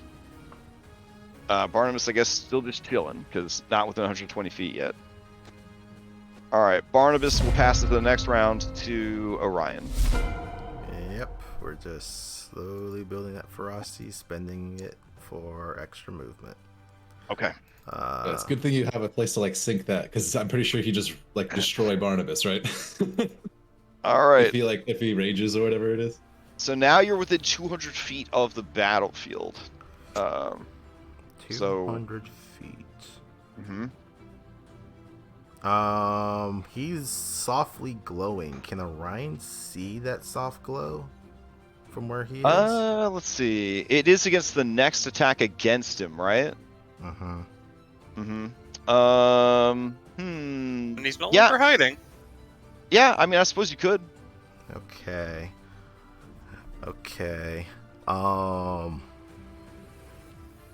It was a big ass guiding bolt, so yeah. Orion is going to attempt to fire at him. This will be at disadvantage because of long range, but the advantage from guiding bolt will cancel out to straight. Correct. Yep. He'll have a slight increase to his, he'll have a +2 to his AC from the cover he dropped behind. But that don't matter against a 25. Holy shit. All right. Okay. So 9 damage. Yep. So 9 damage. Yeah, he's not. He's not quarried. And now, he gets hit with an arrow. Where did I put it? As Orion was notching the arrow, Barnabas is probably the only one, and Thanley, who's also kind of riding there, would have heard him say. Jerk's only 30 feet away, so he might have seen this too. Okay. He just kind of whispers into the arrow. Fetch. Fires it. And from that arrow, it erupts into smoke. That smoke coalesces into a form, and a big-ass snake comes out. Oh, what? A familiar snake that you guys have seen before, as Sir Hiss comes to the battlefield. Sir Hiss? I love it. All right, Bloodlord Saarvith lets out a yell of alarm. What? As this creature appears and rolls into initiative. Yep. It's its own creature. So, That is so dope. So Orion has used Summon Sir Hiss from the bow. And Sir Hiss, simple enough for him. He's my boy's just gonna bite him. Okay. He's prone. This is advantage. It is 18 for 12 points of damage. Yeah, that definitely hits. Does his bite grapple? No, his body grapples. Oh, his It's constrict. Yep. Oh, I wanted to grapple him. Okay. All right. Then we'll just say 12 damage and he's grappled. That works. Okay. All right. I'm just rolling it just for that. So yeah. So I yes. said 12 damage. I said 12 damage. Jeez. All right. So he takes 12 damage and is grappled and restrained. All right. All right. Oh, here's the question. Just how much of a zealot is this dude? Fuck. All right, I'm gonna roll for it. I don't think he expects any mercy from you guys, though. Oh my god, Danlin, I can't. Shit. How You embarrassing. just referenced the rule that we have been using this whole time. I feel so What? dumb. Oh, I was not going to allow the catch-up mechanic, so Okay, for this for the specific thing, it would be kind of silly. Yeah, that would be kind of busted. Literally just teleport 500 feet. Yeah. I was really proud. I was like, nobody is asked to do the catch-up mechanic because they understand how intense and cool this scene is supposed to be. I was with them thinking trying about. to catch up to I the was guy. thinking about if he was still like much closer to the cathedral, but since he was so far away, I was just like, no way. Yeah. Traveling like 500 feet to catch up with everybody is a little wild. Yeah. All right. Anyways. Okay. So he is grappled and he took damage. From Serhis. All right, then he's definitely gonna steal. Going into that. Oh, you're gonna steal. Okay. Yeah, I'm gonna steal. All right, Layla, as you get ready to, as you go to steal, he will do his Paragon then. Okay. He is prone and grappled, so he's in a real bad situation. And restrained.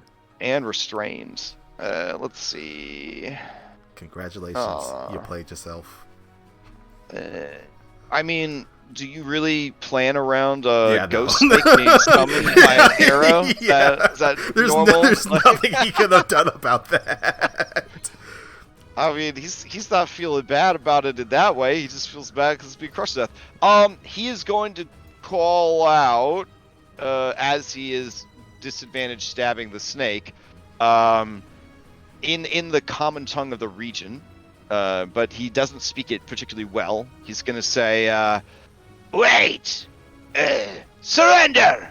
Surrender! Trade! Wow. Trade! Information! For life! Holy shit. That's like the first guy that's ever offered that. Well, I mean, it's the first time we've ever got one. It doesn't stop him from furiously stabbing into the snake, though. Oh my god. Okay, so these are disadvantaged Holy restrained. shit. Technically, all those do hit. Yeah, alright. Yeah, even though he still rolled hella high on even the disadvantaged ones, Yeah. that's crazy. Question: is Serhis still the same undead wraith thing we encountered? No, it just looks undead. It has the stats of a snake. Okay. Yeah. So then Serhis is gonna take. So that's not a crit. But I mean, maybe if you powered up the bow. But I mean, don't worry, I'll be thinking. Oh wait, no, I did too much. The bow has goals, as intelligent weapons tend to do. Serhis takes all that damage. Isn't even bloody yet. Hell yeah. All right. Just angry. Let's see. All right, Layla, you're up. All right, so I will. I'm gonna run over, jump next to guy. Free movement, drop prone. Okay. All right, and I guess slide. You're getting it. All right. Slide the tip of the staff into his mouth so that I can heal him. So this is apparently a thing now. Spit out my drink. God damn it. Okay. So we both heal 6, guy. Okay. This is just a one-upmanship of the worst medicine applications ever. And you just wake up with a metal rod, like, and I just glare at you. And I say, the guy wants to surrender. And I'll pull the rod out and pat you on the back with a bit of a grin. He's scared. Isn't that fun? And I'll pass it to you.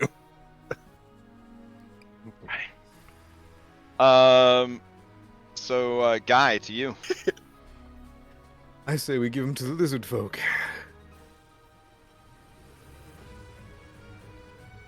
Or bring him to Starsinger. Just give me a moment to catch my breath. And he will move up to the creature, the Bloodlord, jumping over the acid pools. Mm-hmm. What are you willing to offer us? and he will dodge in case this guy's going to shoot at him. Information. Information. For life. For life. He Swear looks to leave. Swear. Swear to leave. Swear to leave. For information. I don't think we want to let you go one way or another, perhaps. But let's No, hear this No, information. must leave. No prisoner. No prisoner. Guy will look to Jert and pass it to him, see what he's thinking over there. Okay.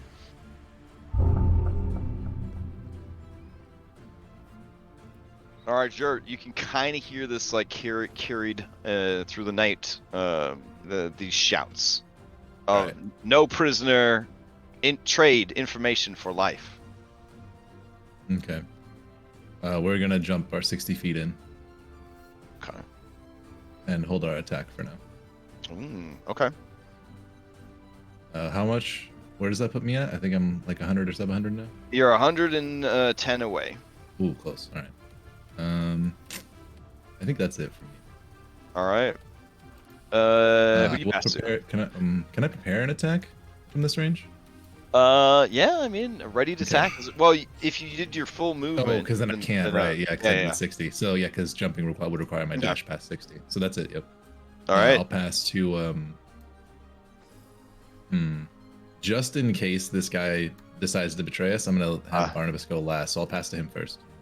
All right. Being squeezed by the snake, he is going to keep stabbing the snake. Let's see. Actually, he might be able to escape from the snake. What's the DC on that grapple? Constrict. 16. Oh my god. That's Oh. kind of high. I didn't see DC on that, but sure, I'll take your word for it. Okay. Let's see. Yeah. All right. He'll try to wriggle free. Oh, it's in the description, that's why. 16. Oh. All right. So he's going to wiggle free. He's going to bonus action disengage. But he knows he can't escape. So Guy, he is going to approach you. So he's going to pick himself up, and I guess he'd only make it to about here. Yeah. And he's no longer prone, he's no longer restrained, and you can see he has the bow in one hand, and he takes the sword, and the item interaction puts it away as he stares at you. And he makes himself smaller. Not like magically, but like he kind of like slumps his shoulders and he like shrinks himself down a bit, like in his stance. Like he tries to look less dangerous. All right, play passes to Barnabas. We're just still riding. Okay. All right. At this point, if you accept the surrender, everybody can kind of catch up on the same map. It's up to you. Yeah, But I would action assume that- action economy wise, this guy might be able to like kill one of you on the way out, but honestly, he'd have to win initiative for that. And All right, yeah, as long as we yeah. agree to the tentative, accept the surrender in heavy quotations. Well, yeah. Obviously, you aren't agreeing to any terms, but I mean, this guy could keep trying to fight. Best he could probably do is kill Guy. There's no way mechanically that he can escape. Like, and he, as a higher level bad guy, he knows this. Like, he knows there's no way to get out of here. Now that you've killed his mount, all that, like he's yeah. And this guy, apparently, according to the dice, likes the idea of living through this.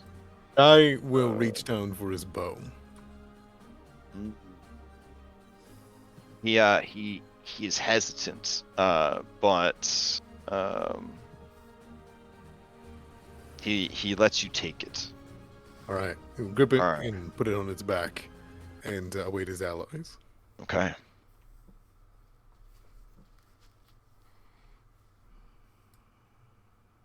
Hey. All right, so you guys all catch up at this point. Excellent. Yeah, Jert's like huffing and he just jumps in over here. Is everyone okay?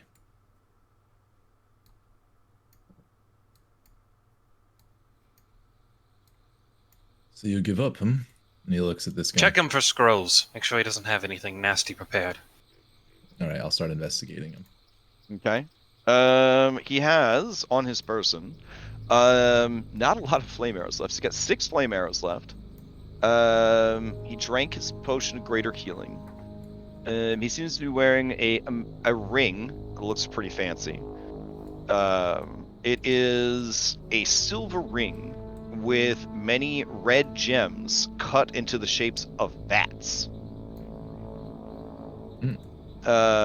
He is wearing some pretty dope leather armor, and he has a rapier that looks like it's of extremely fine craftsmanship and embellishment. He's pretty well to do, and equipment wise it seems to be pretty kitted out. Also in his belt pouch you find a small bone box, a box carved of bone. I look at him and give him the I'm going to remove these items from you now. He says, yeah, yes, box, dropped, box, cost everything. And he motions widely at the scene and then over at his dead mount, and then he spits on the box. Okay. So now you have a box covered in spit. Since Ark's stepping away and we're at the halfway, do we want to do a break since we're post? Yeah, this is a good spot, especially we're past noon. I'm gonna provide you guys a link to a funny video that the 2 characters in this video remind me of Ark and Layla healing each other. So I'll throw that in the chat, and we'll take a 10-minute break. So we'll be back at 12:25. Okay. All right. See this clip and then I'll step away. Nice job. Yeah, that went really smooth. Oh my god.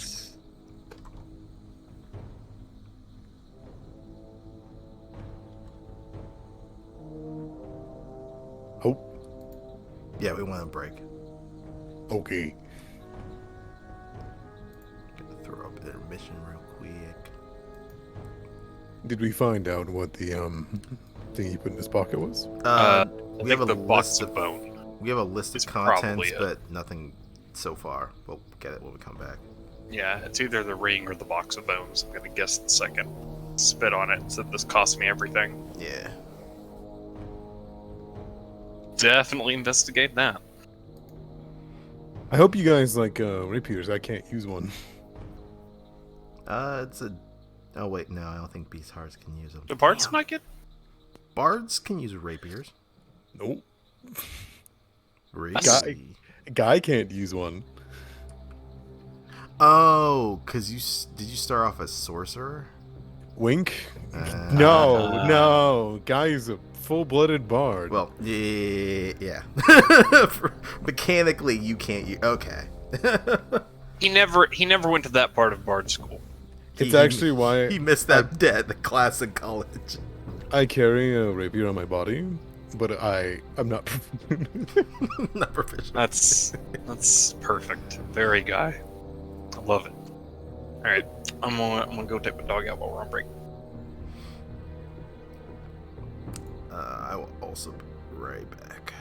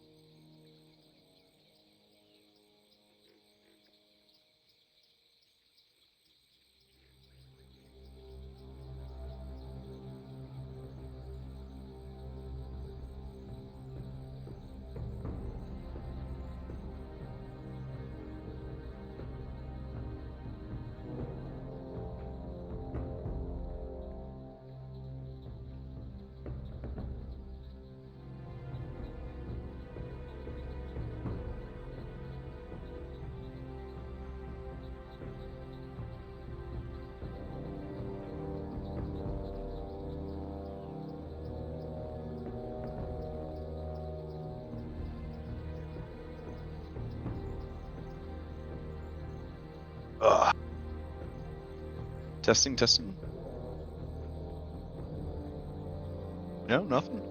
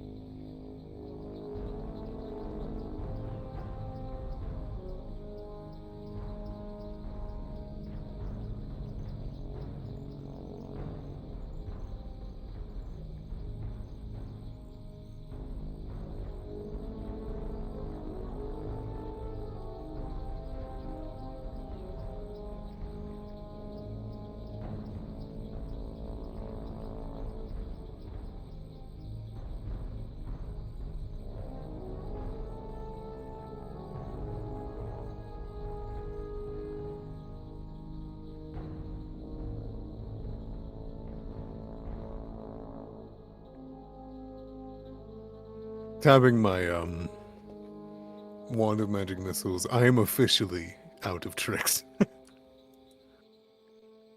Oof. I really stretched. Really stretched to get here. Those moments though where you're like pushed to the limit, like I feel like that is what, when they were designing the encounters and spell slots and all that, that was the math that they kind of had in mind. Was by the time you took a long rest, you were kind of spent.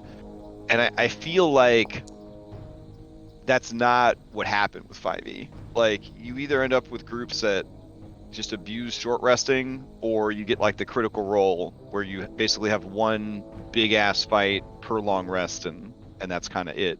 With 7 PCs. with 7 PCs, 2 guests, 3 DM NPCs. Yeah. My favorite thing from all of Critical Role was in Series 2, he had a really hard dungeon, and they ran out of resources. And they were all terrified, and they were all like stressing, and everybody was almost dying, and it was really, really bad. And like people got so upset. They were so upset. They were like, never make me feel like that again. And I was like, this is like the only time I've ever seen. And apparently something happened in season 3 that was, or series 3 that was pretty intense. But that was up until that point, that was the most intense I had ever seen any of their gameplay. Mm-hmm. Like, yeah, and people. I mean, look, man. Like it. I know I've DM'd a higher level-ish game of 5e where we got up to, like 11 plus, where shit starts to get wild, and I just started just telling them, like, guys, unless you want me to just have to make every encounter just this absolute horrible 5-hour long slog for us to go through so that it feels balanced, I'm just gonna tell you, when you rest, you're not getting back your stuff until we say we're done with this part of the arc. Oh, fair. To kind of keep those resources down. Yeah, and we started just capping HP, where like once you got to level 10, once you got to like 11 plus, it was just like you get your con mod added to your HP, and that's it. Oh man. So I mean, it's just like I just didn't want every fight to have to be this 5-hour slog, So we kind of adopted this kind of loose, long rest kind of, not where it takes like, a week or whatever, but just that like you're not going to get it every time for sure. Only like when you feel the danger's done and you have a moment to really recover. One of the things oh, sorry, go for it, guy. I was just gonna say I use sanctuary long rests in hex crawl games. You need to find sanctuaries. And Yeah, I guess there that's you go. kind of what I used. That would Sanctuary be a long good rest term is for good it. stuff. And then I use Giphy camping in between. So like if you don't have if you don't have a sanctuary, then you do Giphy camping. Well, that campaign went pretty high. I think we ended that at level 18, if I remember right. So I mean, Oof. no, Thank you. there was a lot of That's the only one I've ever taken that high. Probably the only one I ever will. Yeah, Last one I ended at 13. That felt decent. I don't know if I'm just bad at running high level. No, but they're not designed my at high all. level my high level people this time around have definitely kind of messaged me and were like, if we weren't already committed to doing this, I wouldn't have done it. Like because especially if it's a post game situation, like your characters earned their good ending, and then you their creator, pull them away from that good ending and subject them to some of the most deadly, the most dangerous, and the most soul-crushing things. Because at high level, living isn't the challenge. Living with the consequences of the things that you had to do, and the decisions you had to make, that's the real challenge. Like, it's just a different kind of game. And I try to tell people, I try to warn them off of it. I'm like, you don't really want to play high level. Like, I do. And it's like, okay, well, I've here not it gone is. past level 9. Hey, I love, and not just D&D, I mean like games, talking, like RPGs or crap like farming simulators and stuff like that. I always love that like initial, in the farming, it's like the first year where you're building everything up, the first couple levels in RPGs. That's always for me, and no matter what game, Civilization, like the first few eras, that's always the fun part, getting everything together when you feel vulnerable and you're having to like work it out on limited resources. Yeah. There's nothing wrong with admitting that the sweet spot of 5e is levels like 5 to 12. Like 5 to 12 is really the sweet spot of 5e. Before that, it's just a terrifying, you're one critical hit away from death, ordeal. And then post 12, it's just the spellcasters get to do all the cool shit, and everybody else kind of walks around and hangs out with the spellcasters while the spellcasters do cool shit.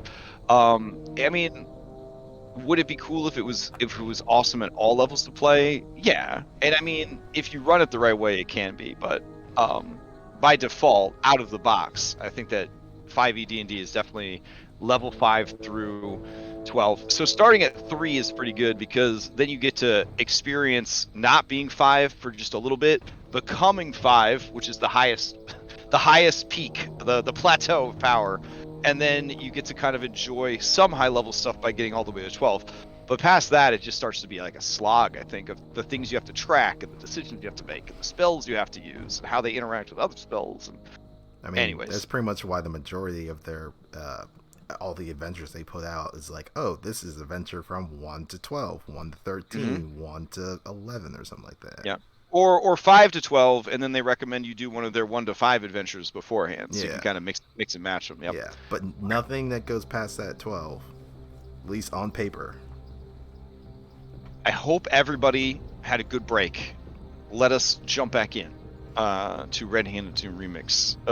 Bloodlord Saarvith, attempting to flee from the attack on the research facility, fumbled and dropped something important. Had to stop and get it, and you guys took the risk of trying to have only 2 people stop him, and it paid off. A fantastic combat that worked out really, really well for you guys.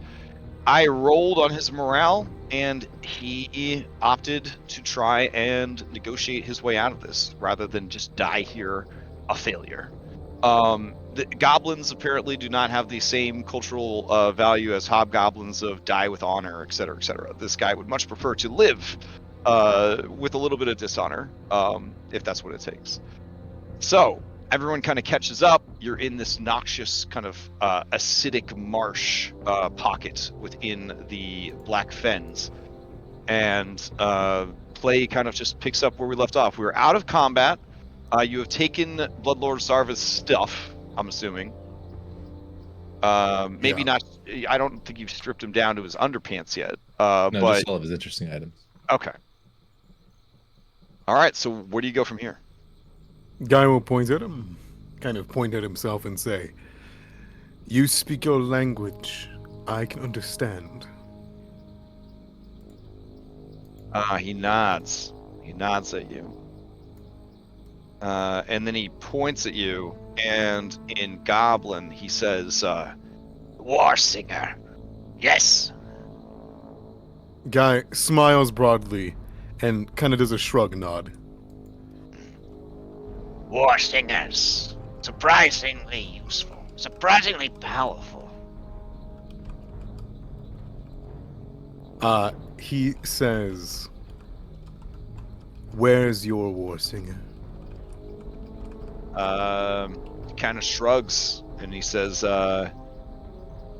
Protecting assets, I believe. Where? he kind of points back towards the research facility. Well, Has many tricks up his sleeve. he will be met by many angry lizard folk. You have done their kind very wrongly.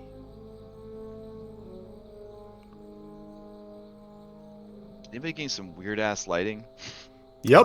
Other than it's a super green bright. Yeah. Okay. Just check it. Just check it. I'm gonna turn the color intensity down on your lantern a little bit there, Jert. Okay. Yeah, he covers it with like a little bit of the hood. It just kind of. He says he doesn't totally. If you're saying that, Orion, he's Oh not no, gonna he's, pick up. he's just saying it flatly. Oh, okay. He's saying it flatly. Okay. Then to Guy, he says, I am Bloodlord Saarvith. A Bloodlord is a great hero. A great hero amongst the Red Hand. I have worked hard for this title, and I abandon it this day with my betrayal. Hoth fled from us. Too weak. You are smarter. I mean, he's flattered, and he says, I am smarter, but it is not a weakness to retreat if your defeat or capture would be a greater blow to our forces. Surely, as a war singer, you understand this. Yes. Only fools die for no reason. Guy thinks for a moment. Where would your forces flee to? We are everywhere. Been setting up for this for over a year. Small bases throughout the Vale. Each settlement targeted.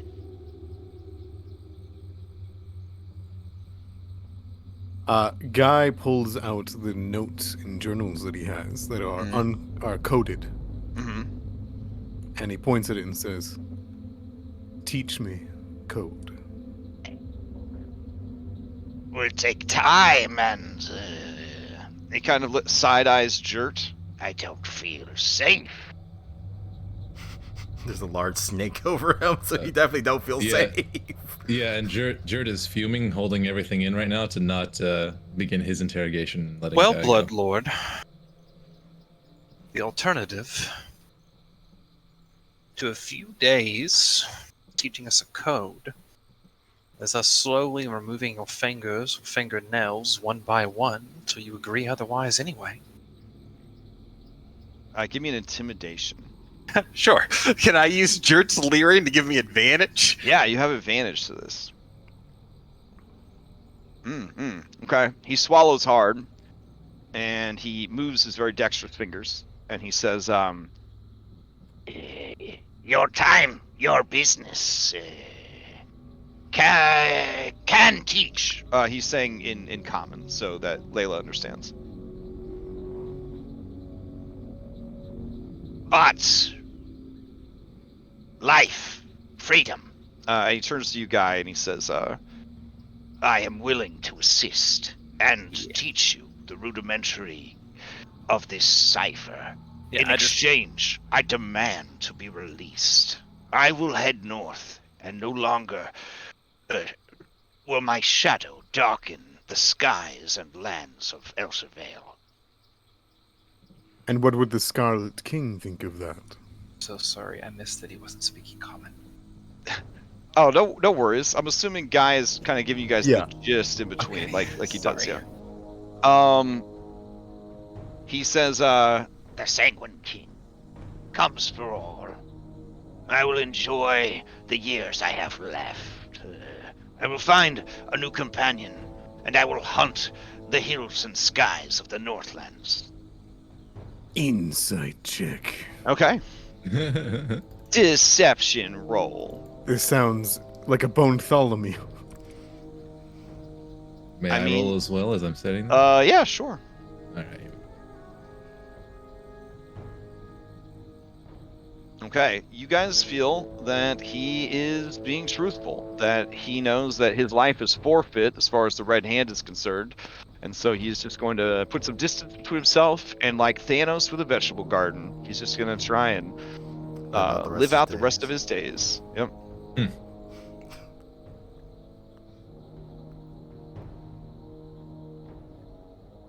You come with us when we are finished with all your information and what you can provide.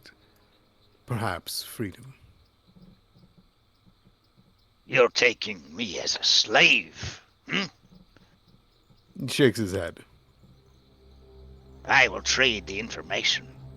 I will explain the contents of the box, which should never be opened. No, that's good because Drew was totally gonna open this after this.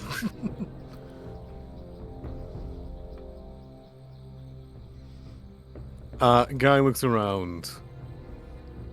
Do we have But you will, manacles? you, Me? yes. You will ensure my safety. I am no stranger to pain or to torture. I have risen high in the ranks of the Red Hand. Whatever you think you can do to me, I assure you, I will endure it.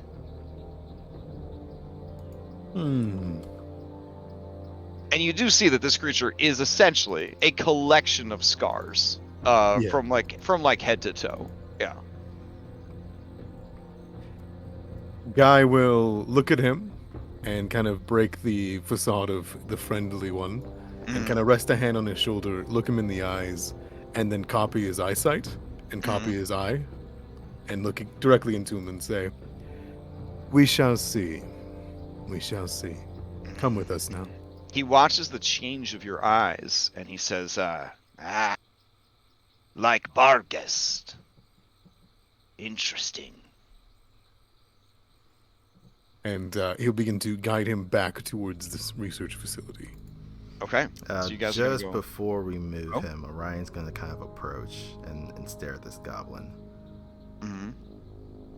You had a chance to escape, but you came for that box. What is it? I will explain when there is time. Then he'll just nod his head and he'll just move slightly to the side, but still be mean mugging him as he walks. As he sees your intent to go back there, he says, Only death awaits you back there. The Warsinger is strong, waiting in ambush over eggs. Should your lizard friends live, they will be beyond reason. We've already scorched most of your ground below. And driven off your mad scientist. he shakes his head. You overestimate your skills. Many of the black creatures live. Enough to deal with that rabble. Having heard now be mentioned, Drake grips the axe a little bit and says, "Where's Erina?" Eh? Where did she go? And what did you do to her? He turns to you, guy, and says, This one is very aggressive. I do not know the name that he speaks. I believe that look in his eye, I've only seen it in but a flash. After dealing with the spider woman. Ah, Vergierix. Jarrett winces. Vergierix, strong magic. he says in common, Vergierix, wizard. Flesh shaper. Vergierix, Bloodlord. Also. Likely stepped and he moves like sideways. into the Fae.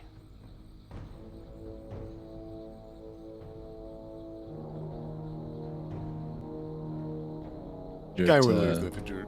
She forgot box. I had to go and keep from you. Keep from him. And when he says him, who is he talking about? Does he point at one of us? He doesn't point at anybody. He just says him, but you see that him is capitalized and in blue font. Ah. In his dialogue box. Yep. Who do you speak of? I will explain later. There's always explain later with you. You're trying to Yes. weasel your way out and escape. My knowledge is my life now. I will not give it so freely. You should give us something so that we can keep your offer in mind. He turns to you and he says, Mouse. I gave much already. I gave warning. I gave box. I gave bow. I gave ring. I keep secrets. You For did now. not give, I took. he smiles at you and you see that all of his teeth have been filed down to like needle sharp fangs. And he says, Sure. and he gives you that look. Yeah. Jarrett's just frustrated and Smarmy. gritting his teeth. Well, And when I say that this is a big goblin, like this goblin again is medium size in the way that a Goliath should be large size. Like this is a big ass. This is a big ass. he's a goblin. Jeremy Crawford small. He's a Jeremy Crawford small. He's a big ass goblin. Like he actually has powerful build, so he counts as a medium, even though he's a small. Like this is a big ass goblin, but he's small because he keeps the kind of goblin nimbleness and stuff like that. But as far as like the other goblins that you have seen, this guy is much more capable, like fit, trained, confident, but also you do get a sense that he knows he is defeated. Then Orion will step to the side to allow him to walk. Okay. But just keep his eye on him. All right. Despite his warning, do you guys return to the facility?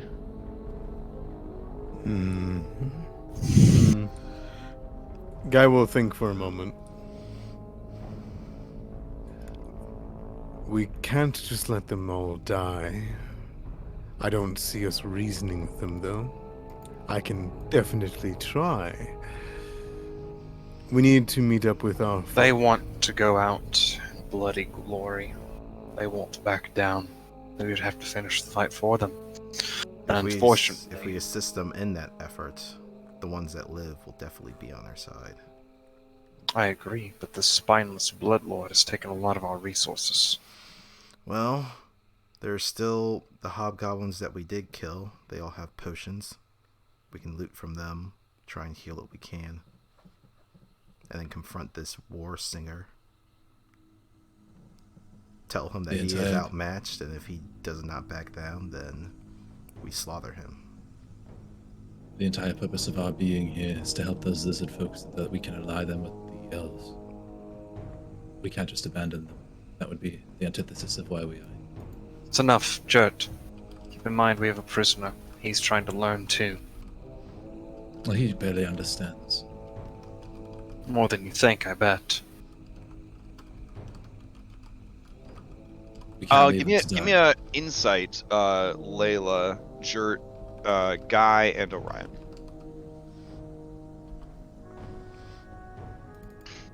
Okay. You said insight check? Yeah, insight check. Alright.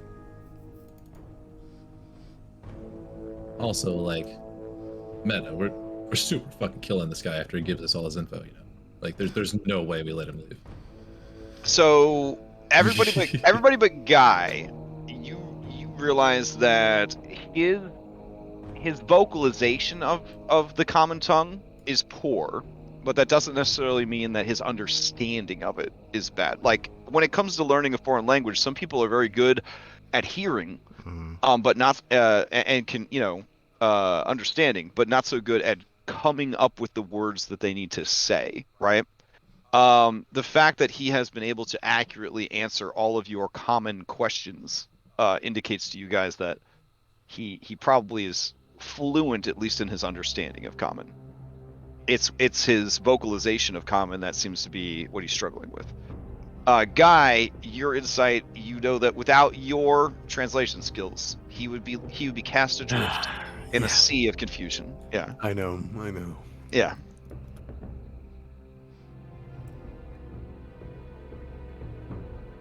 It doesn't matter at the moment. We need to find a place to, at the very least, rest. We can seal them down there for the night if we need to. We know the ways in and out.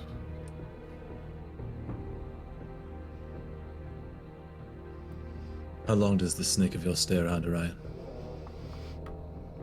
It lasts 1 hour from when you summon it. Yeah. Okay. Orion would say Sir Hiss will only be around for the better part of an hour. Do we want to take a short rest? I ain't got no hit die. I don't think any of us get anything back on a short rest. We've spent everything. I'll get all my maneuver points, but that's kind of it. And we risk the lizards being slaughtered in that time too, though. Well, yeah, either we go back and we fight with Or what we we got leave. left, or we leave, yeah. I mean, like I said, there's the bodies of the hobgoblins got potions, so we just loot what we can. Make some medicine checks, heal up. I'm indifferent on it. I abstain the vote.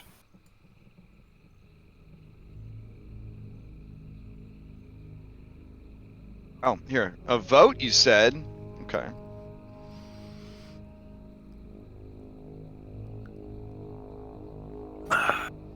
Unfortunately, I think we all know Barnabas's vote would be leave them to die.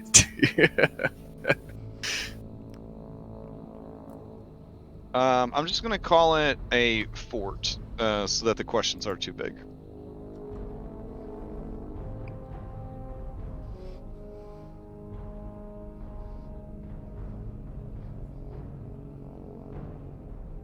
Alright, this seems like kind of where you guys are at.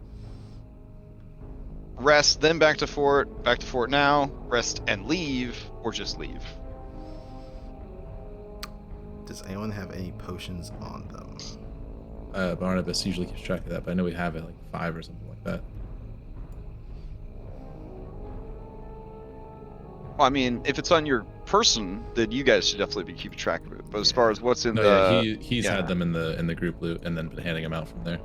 Okay. He has, it looks like, 1 potion of healing on his person.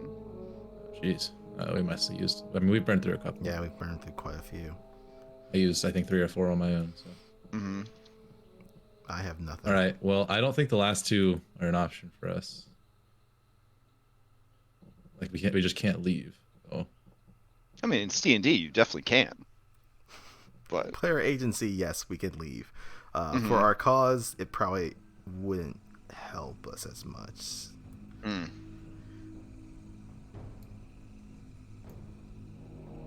Bloodlord Saarvith tries to kind of pull away while you're discussing to go to Heartseeker. Does anyone restrain him, hold him back? Do you let him go? I don't know what kind of attack if he tries to flee. I don't know what kind of connection Orion has with Sirhis, if it's like mental or anything like that, but he would have Sirhis follow him. Sirhis can understand your spoken commands. It's very much like a Tasha's summon, basically. Okay. Yeah. Then, but you do have to give it orders and stuff like that. Then, well, it's a beast, so unless this guy can speak beasts, then he's just gonna say follow him and point at Bloodlord. Okay. And Sirhis will keep behind the creature. And once we're in hero huddle, Jurt kind of grimaces and looks to Layla. Sorry, my impatience got the better of me. And I spoke out of turn. I shouldn't have said those things. With him present. What did you say? Oh. No, I understand. I just don't trust the weasel. I feel like he's going to try to run the first night he can. Let's keep an eye on him. As best we can. And we don't want information on our end to get out. So I say we can get out what we can of him as quickly as we can, and then just be done with it. He'll try to prolong it as long as he can. We also cannot let that war singer survive either. If he does make it out, he'll give what information he can back. As rushed as it sounds and as dangerous as it is, I don't think we have a choice but to go back.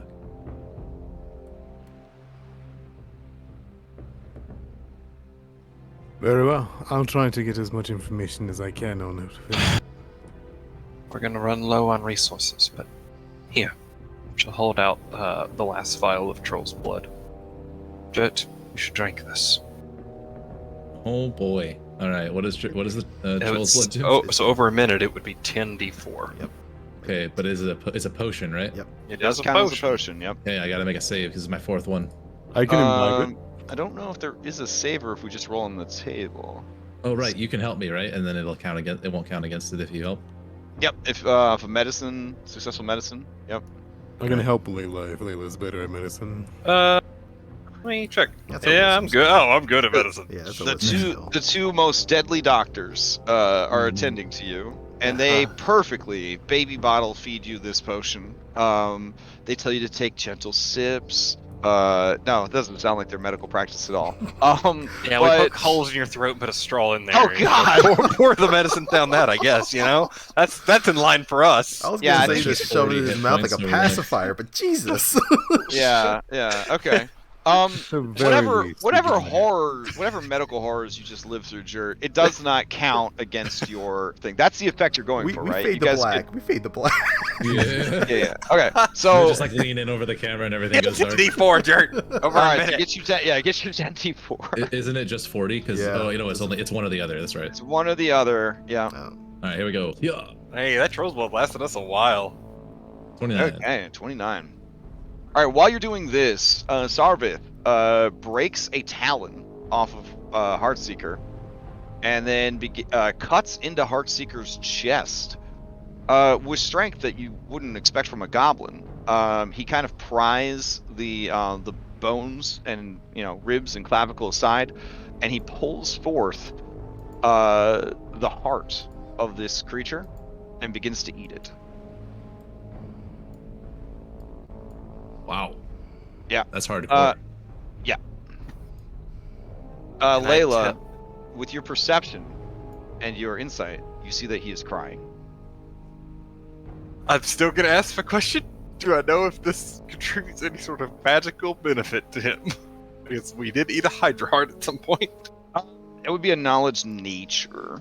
Okay, let me make that. Well, Ryan was just gonna straight up ask him what he's doing, Yeah. Okay. seeing as he is also a beast master. Yeah. So you ask him. You say like, "What are you doing?" He says, "You beast heart." He kind of taps his chest. Understand. I honor Heartseeker.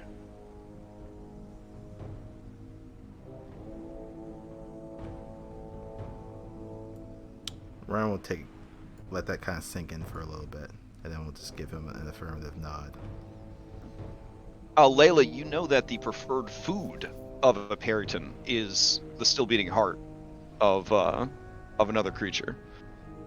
But the Perryton heart, to your recollection, does not provide any mechanical benefits, except maybe a sore tummy. Okay. And we'll leave it be then.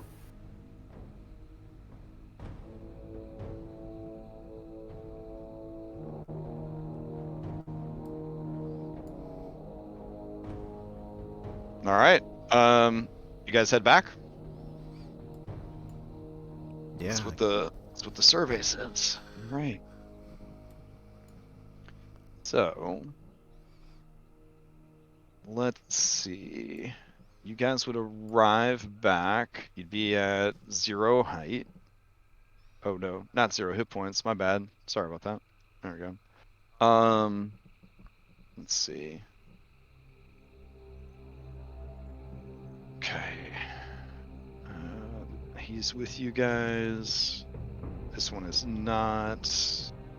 You're not an owl anymore. Barnabas. Okay. Him on B team. He's not at 50-foot height. And man, sometimes I wish I was good, like, at programming. I could like write a script where you hit a button and it just resets all the actors on the scene. There's got to be, maybe there's got to be something out there that'll do that. Okay. We gotta give one of our last potions to Guy. He's at least hurting. Yeah. Guy, do we have something that can help him?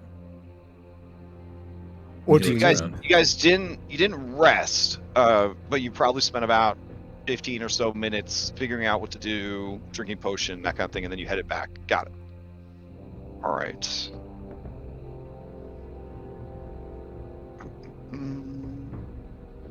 Okay. Yeah. Oh no, totally roleplay your hearts out as you guys head back, and I'll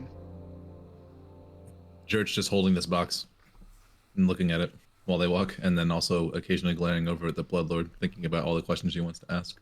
It is a scrimshawed box, maybe the size of a soda can, to compare it to like a real life item. Okay, it's smaller than I thought.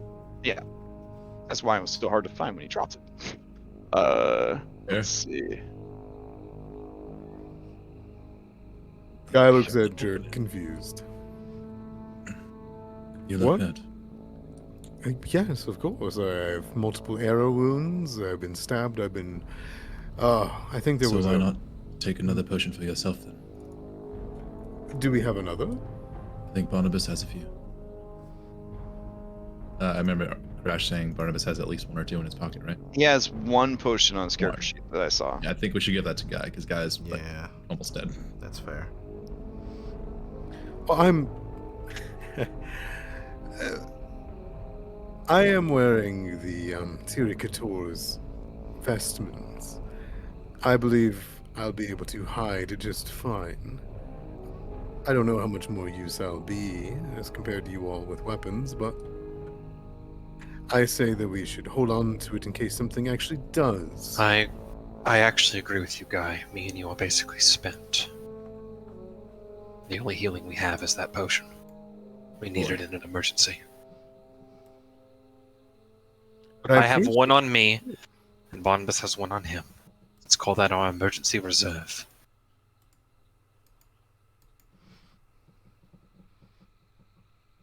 But we shouldn't be drinking them now.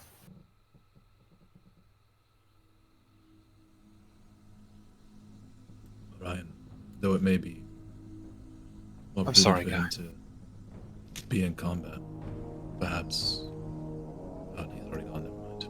I was gonna mention your snake. Mm-hmm. He actually disappears along the travel line. Yeah, as we're. No, Well, it was, you didn't take a full hour rest, right? So he would still be Right. there. oh, Okay, cool. We should Yeah. use him to watch over the Bloodlord throughout the entirety of this, because we'll all be quite busy. Yeah, you summoned him, then you had like 15 minutes or so, then you went back at like a moderate pace, right? So we got like 40 minutes left on your Sir His clock. At moderate pace. Do you know who's in this group? Yeah. Okay. We march. We will be Oh, binding wow. you, Bloodlord, to ensure you don't escape. Okay.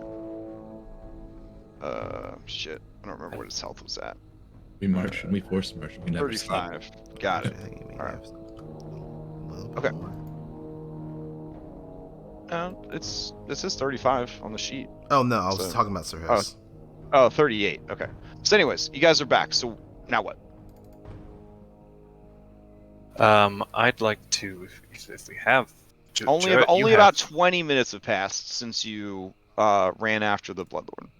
Jurt, you have chains and rope. Why don't we bind this man at least? I'll take out a section of rope and I'll go over to Saarvith. I'm going to tie you up now. He shows you all of his teeth and shrugs.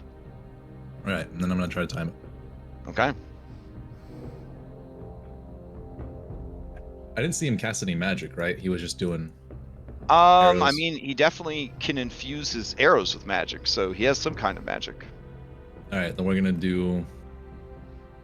Do the whole bind the fingers Yeah, into in the between the fingers interlace, yeah. and then hands Okay. behind the back, so no somatics. Okay.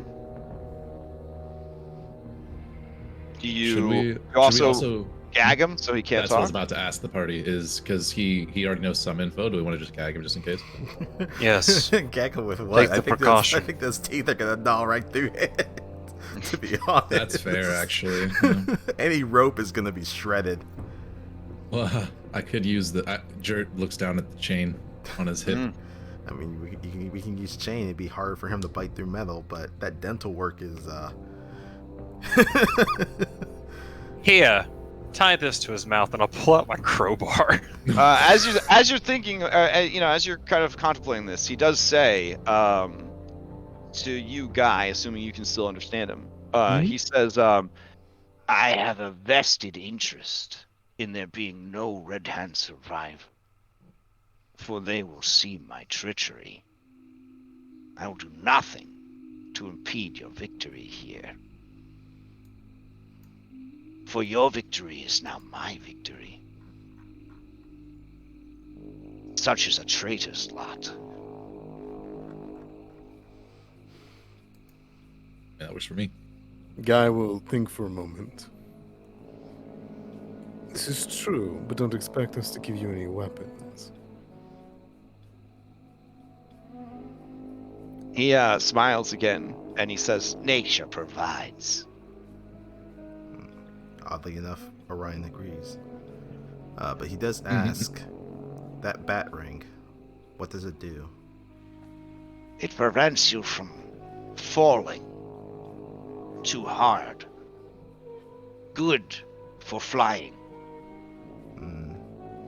Pretty good. Well, that's not gonna serve us anything here. Does anyone want that +1 rapier? I don't think I can use it, because apparently Beast Hearts can't use that. Guy will. Oh, sorry. Continue with that. Guy can't take it either. I'll take it if nobody else can, because it's just stylish points. But I'm not proficient, so. Oh, wait, you're not? Oh, Yeah. Oh, We talked about it during the break, unfortunately. Yeah. Hmm. You've never seen Guy use the rapier on his hip, but he certainly has one for show. Okay. Well, I guess for now we can just hand it over to Thanlin. Yeah, and I can actually take that ring because that way I can jump to full height and not worry about fall damage. and the rapier is kind of, it looks like a giant fang. Is kind of how it's stylized. Ooh. It's definitely not a fencing weapon of elegance. It is more of a, this sword is really good at stabbing. Guy is going to kneel down to the Bloodlord. Mm. Now, we have also our own best interest in making sure that no matter what happens, we get some info out of you. Explain to us what's in the box, and perhaps I won't need this. And he will pull out Fomorian's stomach vial. Okay. He narrows his eyes at the poison, and he says, Whatever that poison is, I'm sure it's not lethal. Correct. Because you need knowledge. You are most correct. I would not kill you. However, I assure you, it is not a good experience. But it would slow you down. My life has been a path walked in blood and pain. I can handle a bit more. Alright. I think for Not now, I will keep my secrets and let you waste your resources. And he smiles at you. Okay. Guy, like, fetches into his cobweb-filled backpack and finds one of the 4 vials that he has not used. Yeah. We got a lot of stomach bile from that thing, so Guy will just pull out one of them and will, before he gets gagged, tip it into his mouth. Okay. And that's a con save, or does it just happen? Con save. Okay. Here we go. Okay. He licks his lips and says, Delicious. Thank you. He nods. Flashbacks are weird.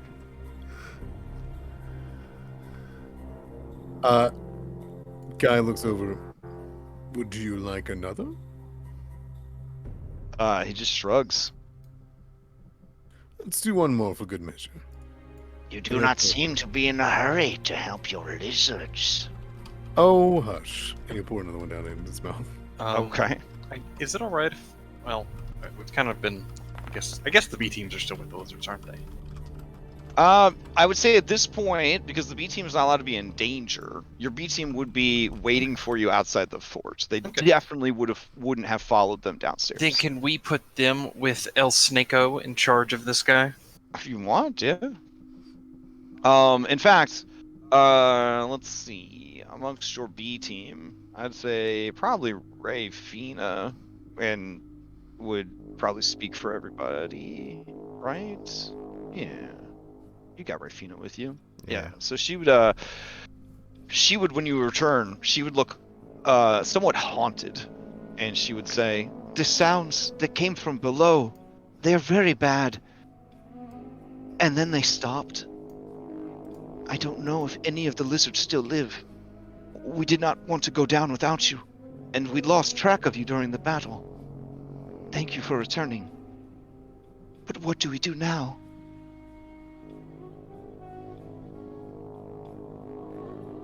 There are a few paths below.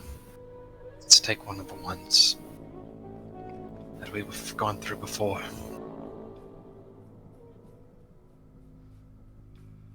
If the lizards are dead, then we can rest. But we must make sure that none of them survive. We owe that to them.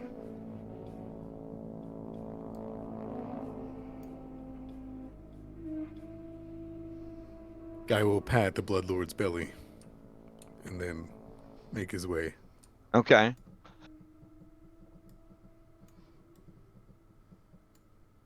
Yeah, the dude just drank 2 vials of poison, Mike. Spicy. But it was. Orion is gonna peek over this wall just to see if he sees anything in the courtyard.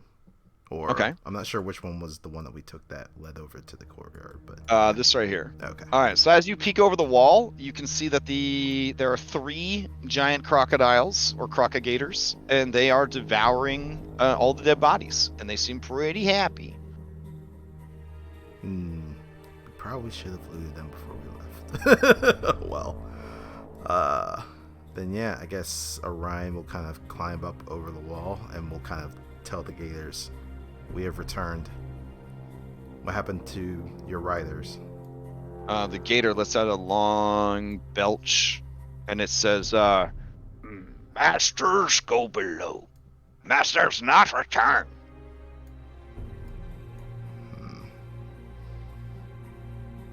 Continue watching up here. We will go below to retrieve your riders. Much food. Much food. Makes feel good. Red skin. Make feel good. Don't eat all of the redskins. it looks left and it looks right, and it says, Okay. If we hop over and survey what buffet is left over, Unattended for 20 minutes, these hungry, restless gators have consumed the dead. They did not eat the bodies of the black spawn raiders, but they discovered that when you eat a hobgoblin, you get healing. So they all began to eat the I hobgoblins. figured. What happened to the 'Cause blue? they got blasted with fireballs and stuff. You know what I'm saying? Yeah. Like they wanted to take care of themselves. The blood their own priest way. was in the tower, or did the tower come down? The tower got collapsed. Fuck. Alright. Well, this is gonna be an interesting fight.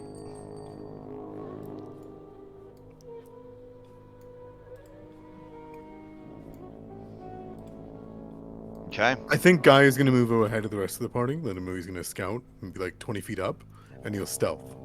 Okay.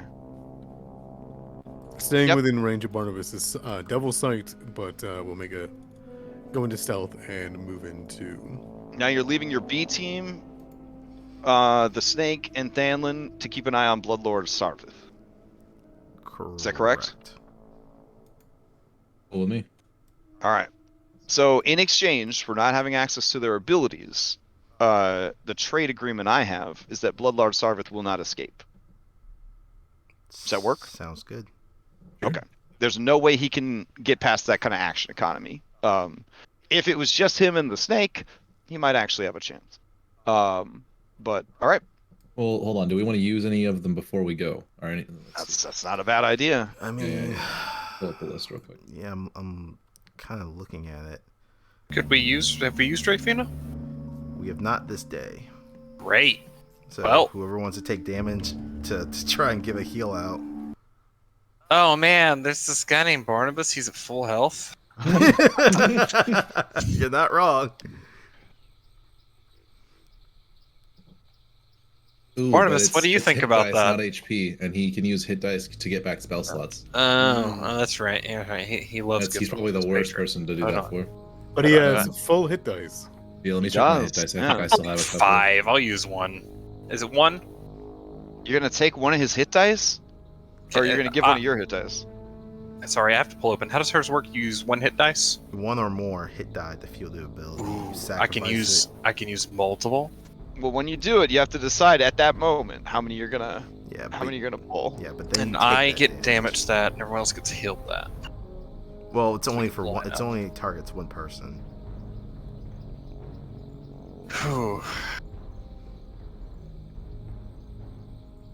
I thought I did it a line. Huh.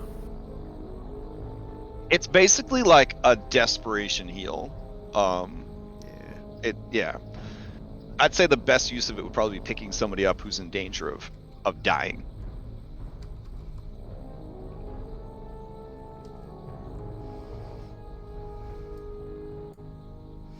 I don't know.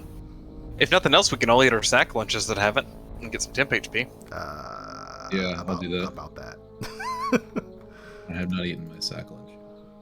Do we all have sack lunch? I mean, everyone should. I'm pretty sure I had Cloud eat it, so his HP was boosted at the beginning of the day. So I just don't have it in my Hey. inventory, so. These things are putting in work. but temp there HP? are hobgoblin barracks, according to Barnabas. If Orion goes searching through one of the barracks, does he find like any stashes of healing potions and stuff? Oh, you're gonna start searching the complex kind of thing? Yeah, before we start heading down. Let me see if there's anything of note. Do we all have sack lunches? I don't know where they came from. Oh, Yeah, that's- where did you guys get sack lunches from? There- I mean, We get that from Gerard and them. that's Gerard's ability. Correct. Ah, Yeah, and you okay. you get one at the start of the day. Alright, I'll eat one then. Best B team duo. Like, I love Oregon Dobby, but like, Gerard kicked ass. Let's see. What treasure? Ah, okay. As you begin to search the upper levels of this place, you discover that there is a cache in Saarvith's room that contains Okay. It contains 90 gold worth of small gems and jewelry. And let's see what else you find. In the wreckage of the tower, not eaten by the alligators, you do find 8 fire arrows. Ooh, Orion will definitely take those. And let's see. Oh. Okay. Oh, no. So yeah, okay. So you wouldn't have found that. Let's see.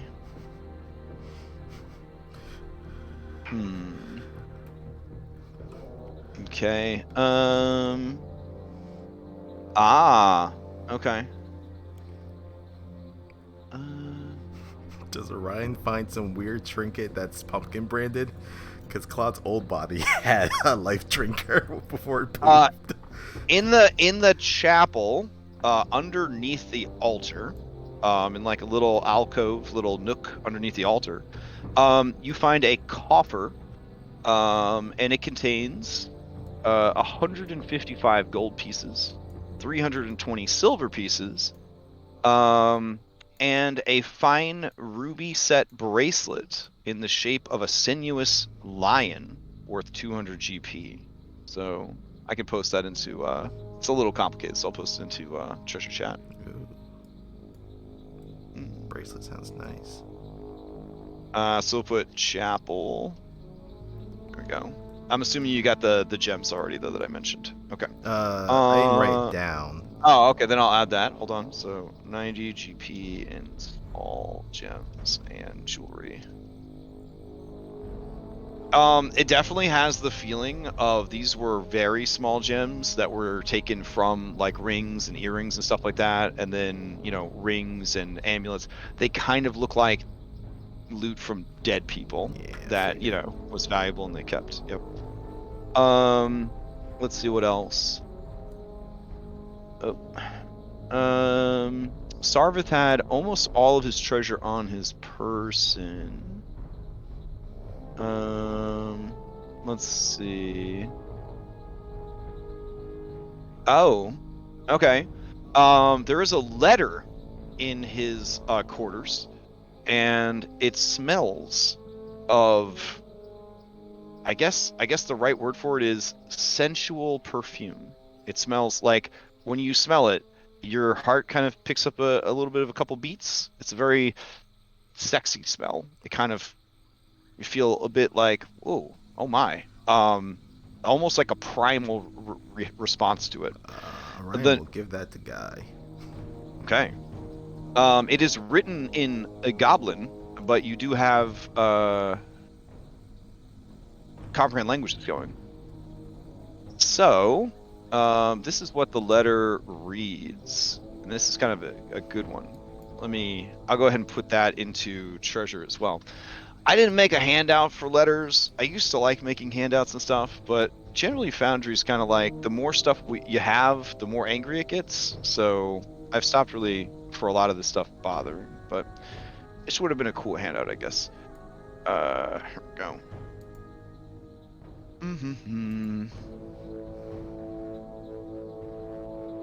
All right, so it says, Saarvith, take great care with the enclosed phylactery.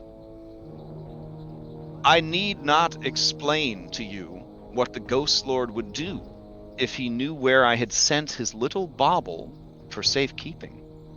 Hide it somewhere safe. Perhaps it could be trusted to the flesh molter. Keep it hidden until Brindle is taken. Should it fall into the hands of someone who could return it to its owner, the consequences for our efforts could be dire indeed.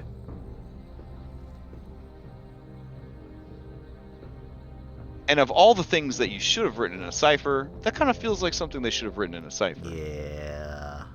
But they did not. That is huge.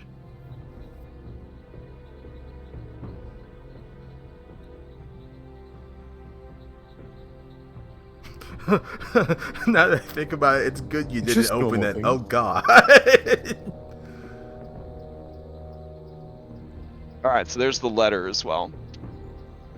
Oh, and it's signed Ulwai or Ulway.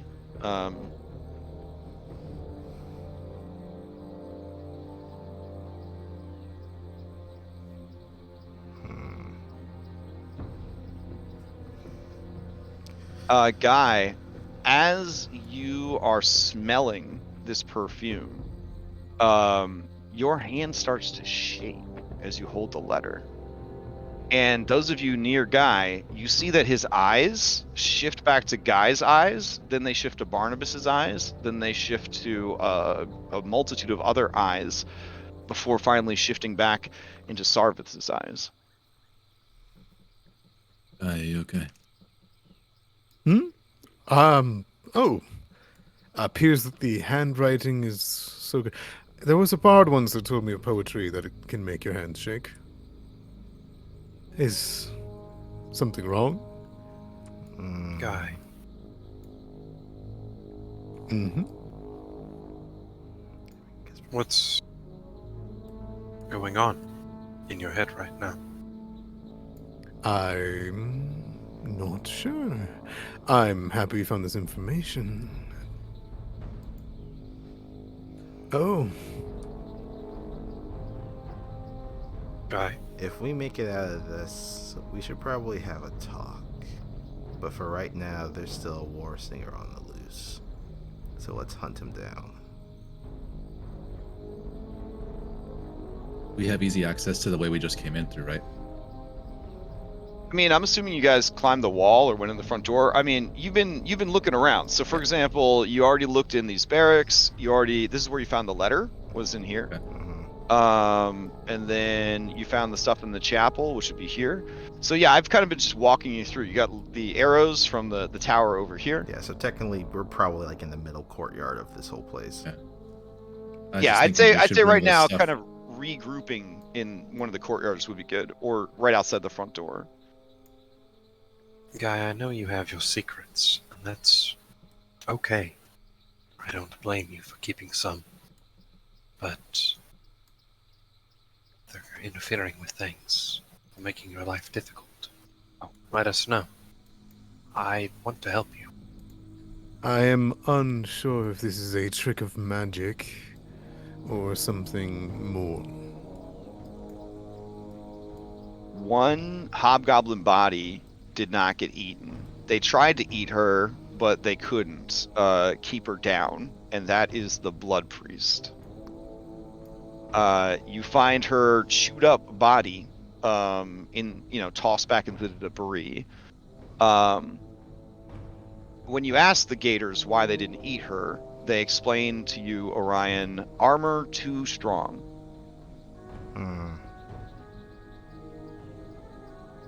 Alright, well, I guess Orion will have Claude kind of drag the body out to the front so we can take a look at it and see if there's anything on that on their person. I'm just going to tell you, because Barnabas would just be kind of yelling it in the background, that they're identifying everything, etc., etc. This is plate mail +2. Oh, shit. Wow. Bannon will be happy. Yeah. Man, he could have sold someone else's house for this.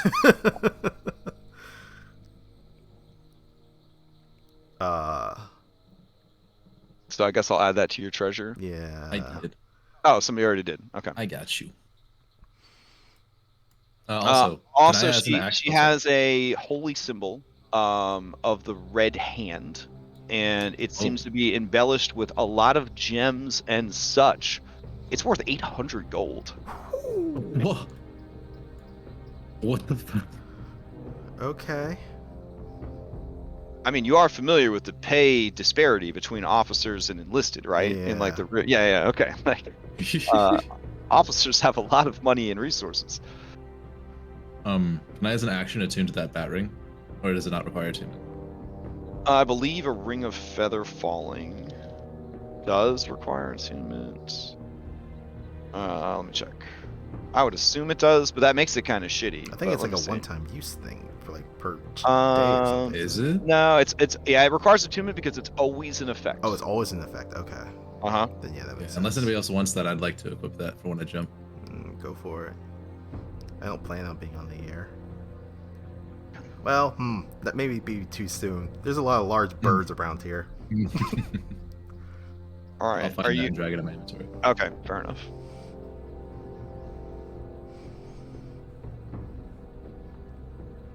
All right. What's the And I play? guess her being a hobgoblin, does she have a potion on her? Let's see. She would have a potion on her. It is a greater healing potion. Is anyone? Somehow it survived the chomping of many gators as they took turns trying to eat her. Does someone want to take one of the regular potions we have, and we keep a greater, and then that one bonus regular?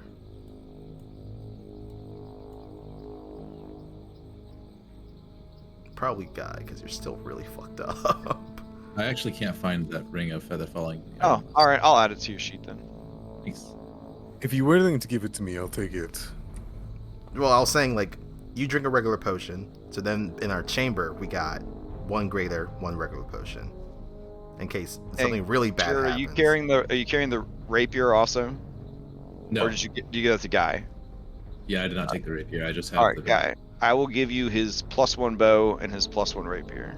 Oh, and I have the box too currently. Sounds good. I cannot use either, but I will Okay. hold on to them. All right. Guy will drink the potion then. Is it hit dice or is it 2d4? It should be your hit dice, so Cool. Your I'll hit do dice. that. Just wanted to TD10. make sure. Or sorry, 2d8. You So just- 15 nibbles. And then You just removing- plus your con. You just removing that one from Barnabas and putting the greater on him then? Yeah.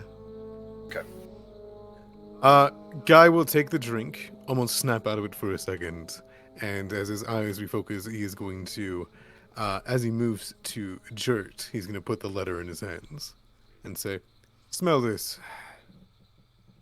All right, Jert's gonna try to use his nature abilities. Just gonna smell the letter, I guess.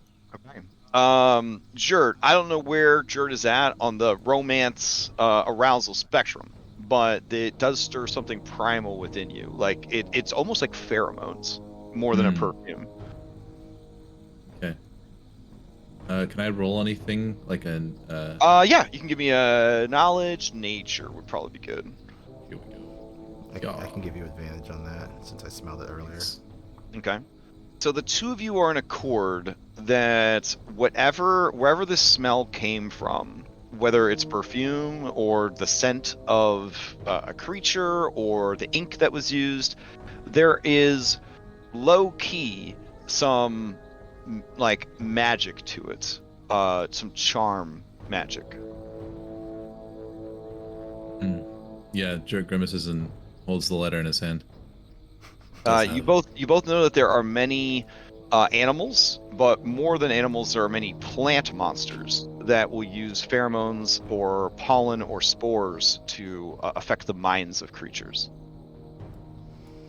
So whoever or whatever an Ulwai is, they might have access to such things. I think Orion would Gotcha. kind of just peek around Jert and look at Bloodlord Saarvith and be like, this dude has a lover pen pal. Maybe that's why he didn't want to immediately die.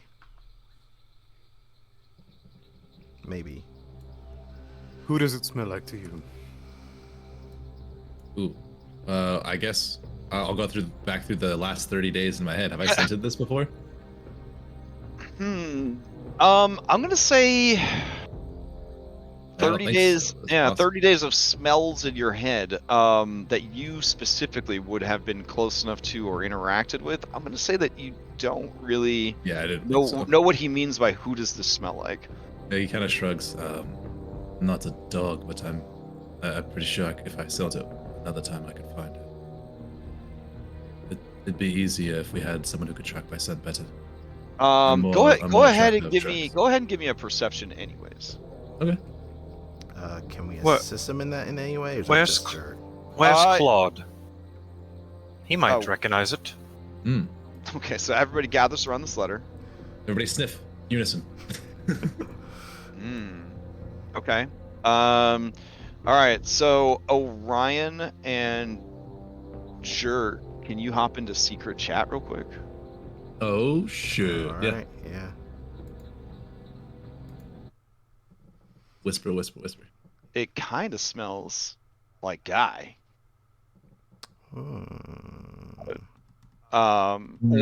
Or this is a scent that, like, when Guy asked, it kind of puts you off the idea. You're like, who does it smell like? Why would he ask me that? And you're thinking about everyone but Guy. But then as you kind of like the two of you, the three of you, I guess, with Claude, kind of hold the letter, and you're all like sniffing it at the same time and thinking about it, all three sets of your eyes drift towards Guy. And there have been many, he doesn't smell like this all the time, but there have been many times where there is this kind of lingering scent. And we're the three that have seen him interact with whatever that entity is out in the woods the other night. Yes. Yeah. And that's when that smell lingers on him, is after he's interfaced with that entity. Oof. I wouldn't say with your accuracy of smell, and then, you know, Claude and Orion, it's not a match, but it is very similar. Yeah, we're definitely gonna have to have some sort of discussion after all this. Yeah, Jerk gives him the do we tell him eyes. Jerk gives you the do we tell him eyes. He'll just give you a very subtle no. Okay. Okay. Oh boy. Like, I know. Like, oh, if I don't know the layout, we quite connect those dots. Okay. Like I said, if I could smell it again, I would be able to identify it.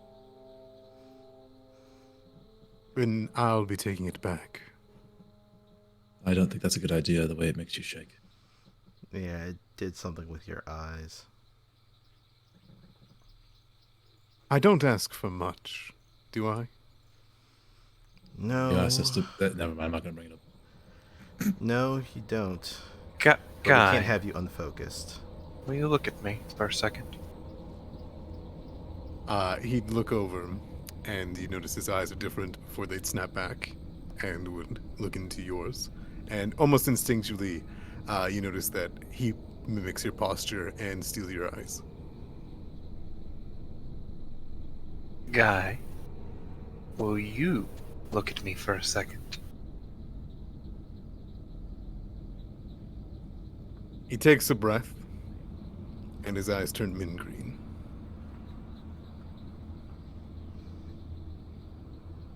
Maybe later. But you're scaring me. Okay? I don't think it's a good idea.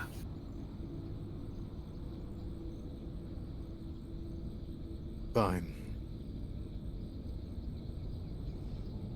Hold on to it then. When we're out of danger.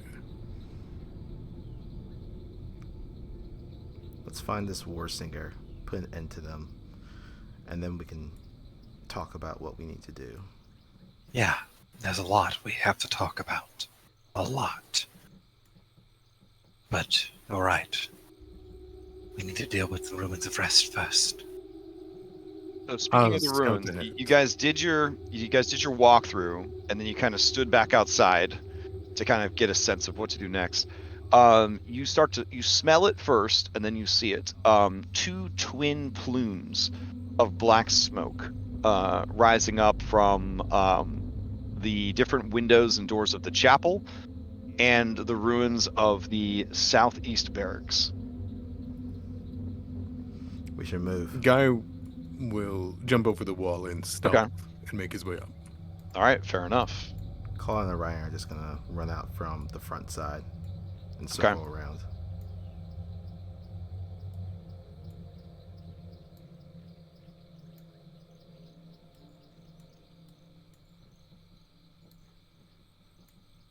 All right. So, yeah, as you guys are approaching, and this is very similar to when you guys were fighting and smoke was billowing everywhere from everything burning and things like that.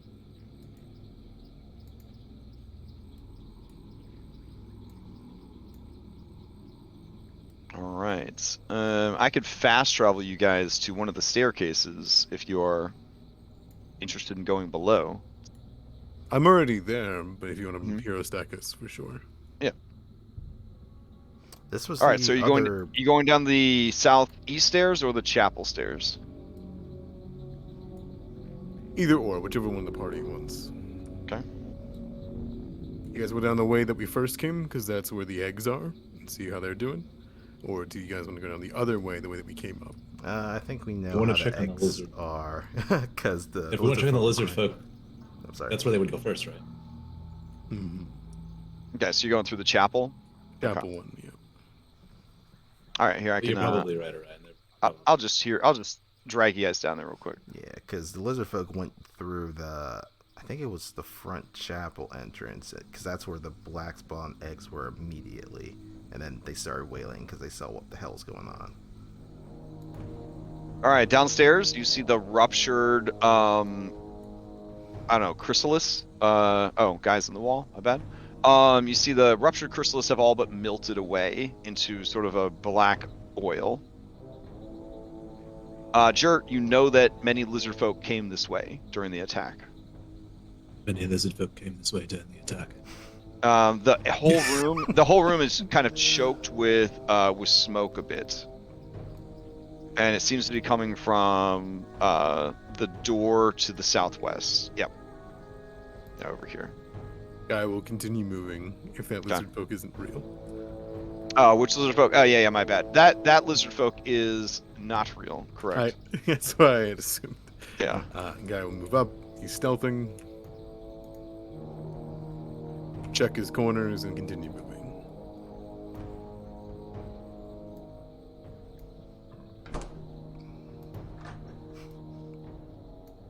My bad, I didn't mean to click the door. I was trying to click the token. You're good. Oh, we got a big boy Claude situation. Yeah, unfortunately, he's Squee. squeezing. Suck it in. Did they burn this study? Yes. So you can see by this incredible artwork here that the source of the fire is these two rooms. Everything here has been doused with oil or some other kind of fuel and set ablaze. Figured. Like a doctor's signature, I understand. Yeah. And then this door would be open also, and kind of fires. Like, the fire is burning, the smoke's everywhere. You guys could move through without taking any damage. In this room, Guy, you do see a lizard folk body, and it is burning. The door to the egg chamber is next to it. The creature looks like it was eviscerated by an incredibly original claw bite attack. 5th edition. And Guy will pull this one back over here, and we'll take a look inside. Okay. Ooh, that's pretty Whoa. big. I was gonna say, Yeah, just moves. As you move into the room, Gog, See them. the war singer, he shouts out and he says, I had a feeling you would come back. War singer to war singer. We don't need to end this in a battle, not yet. Can you control your hounds? They look beat to shit, the Black Spawn Raiders, but overall, they look like they are still ready to kick some ass. The smell of blood is so, like, heavy in the air. It just, like, assails you. And he chuckles a bit, and he says, I don't know what you sought here, but the savages who could not obey have been put down. Entering this room is your death sentence. Why not walk away victorious and leave the troubles of these savages behind? You are powerful adversaries, perfect opponents for the Red Hand. Long have we hoped for some resistance, and at last we have found it. It would be a shame for you to die now, wouldn't it? You'll get a lot more than you all bargained for, I assure you that. And these are high-tide words from someone who is scared in the corner. You know we can kill you.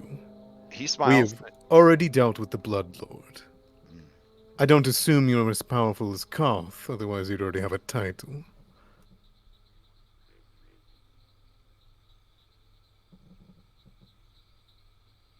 He kind of stares you down and he says, "Do not come any further." I'm gonna wait to Not- step in the room. Well, the guy's going. I don't want to leave him alone. Do not push me. I'm Give gonna us- do a quick look And he around is the room. he is speaking in common, and it's pretty good common. Okay. Do we have any traps or things that look like I want to make a perception check? I want to look around. Oh man, as Claude squeezes into the room, this dude rolls into initiative. Sorry. God damn. Oh. He's not gonna. Yeah, you guys don't. You keep forgetting that Claude is a giant ass lion. Like people don't react well to that stuff. Well, yeah, I was Sorry. waiting to go Yeah. through the doorway, so I don't even know how Alright. you got past me. Yeah, if you were going in first, then yeah, it makes sense. But I was just like, Yeah, the He's only just reason gonna- I he's wasn't gonna be going in is following because he everyone said, "Come else. any closer," and we start. So Yeah. I stopped. All right, but Claude shouldered past you. Sorry All right, about let's that. do it. Gotta listen. All right, roll yourselves into the initiative.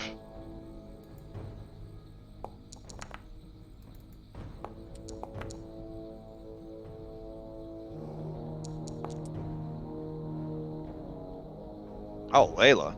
God damn. Okay. Looks like everybody, including Barnabas. There we go.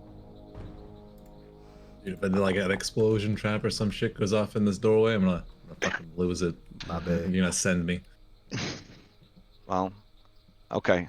I don't. If you've been following my Curse of Strahd game, you will understand that I care not for those things. So Oh, I'm not all the way through yet. I'm catching up. the sending is all that gives me strength in life now. All right. So, Layla, you have won the initiative. And I can absolutely 100% know that negotiations are not going to go anywhere. He is about to attack. Yeah. I mean, he's a, I don't want to call him an animal, but he's a cornered animal right now. Like he did the things that he needed to do. He burned evidence. He defended the assets. But he had to make a decision: hunker down and hope that you didn't come back, or risk trying to get through the swamps by himself. Okay. So Well, seeing Claude push in and kind of him more or less probably say something like 2 arms, I guess. Can I squeeze through friendly spaces? yeah, Like they just treat him as Claude? you just treat him as difficult terrain. No, that's several friendly spaces. Sorry. I do not have the movement then. Cool.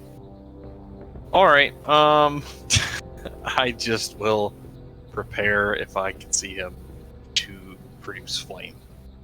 Okay. That's it. We'll pass it over to O'Brien and Claude. Okay. Orion Claude. Claude clumsily kind of squeezes into the room. Claude, from where you're at, you know he's around the corner. But you also sense that there are some Black Spawn raiders as well. Where is the closest Black Spawn Raider? About 15 feet around the corner. North or south of where? North.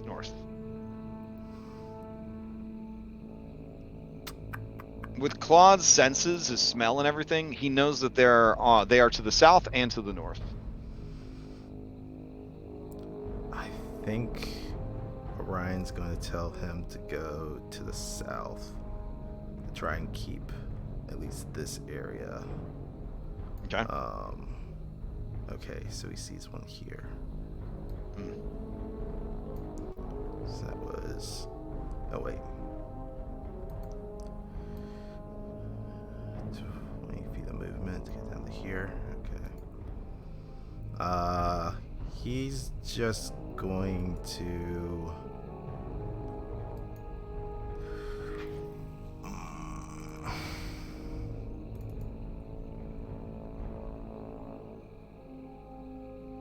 Sorry. I guess he'll start slashing at this Black Spawn Raider. Okay. Looking at the Blackspawn Raider, it does seem to be bloodied. Okay. It is within 90 feet, so Orion will spend that for ferocity that he got to mark it as chosen quarry. Okay. Claude's marking it, or no, you are because you're aware of it within 90 feet or whatever. Yes. Got it. Okay. So here's going to be the first attack from Claude. Oh yeah. 21's going to hit. 21 for 14 points of damage. Okay. Orion. It is still going. Orion is going to then follow him. Okay. Is he able to see this one from here? The one that just got attacked? You would, but it's gonna have 3/4 cover. You're shooting basically almost through a pillar and a bookcase to get to him. That's fine. Okay. Orion will fire a shot. All right. 14 with the cover does not hit. Okay. All right, that's it for us. Okay. It will steal. All right. It lets out a scree, and it's the bony blades burst from its arms, and it slashes 1, 2, 3 times. Well, 1, 2, and then a bite, of course, honoring the 5th age of magic. I was gonna say you're mixing it up. Holy shit. Yeah. My bad. Okay, so we're looking at an 18 for 5, a 23 for 8, and a 22 for 13 piercing and 4 acid. Unless the first 2 dropped him, otherwise then it's just a crit. Yeah, the first 2 are going to drop him. Then he's going to take 2 death saves from the second one.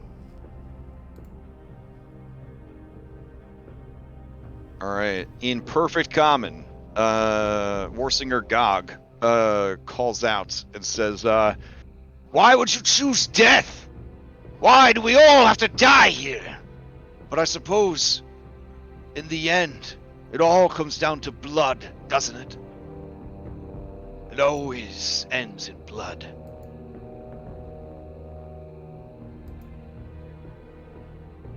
All right. Let's see. It's gonna pass to Petty Blackspawn Raider.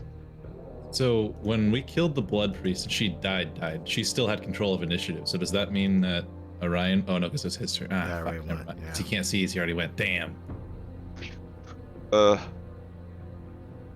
Yes.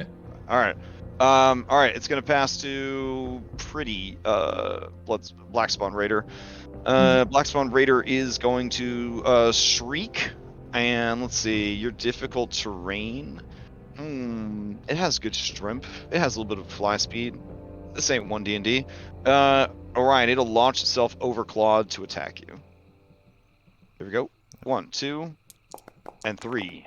As the thing approaches, you could tell that it too is bloodied from the previous battle.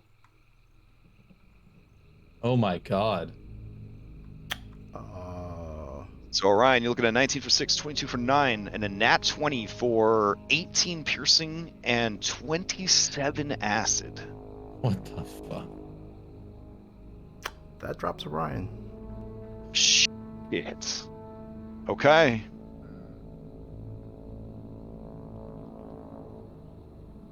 Just run into a room of them. We gotta like funnel them in here because they're gonna start dropping darknesses. You remember Bloodlord Saarvith telling you that war singers should never be underestimated.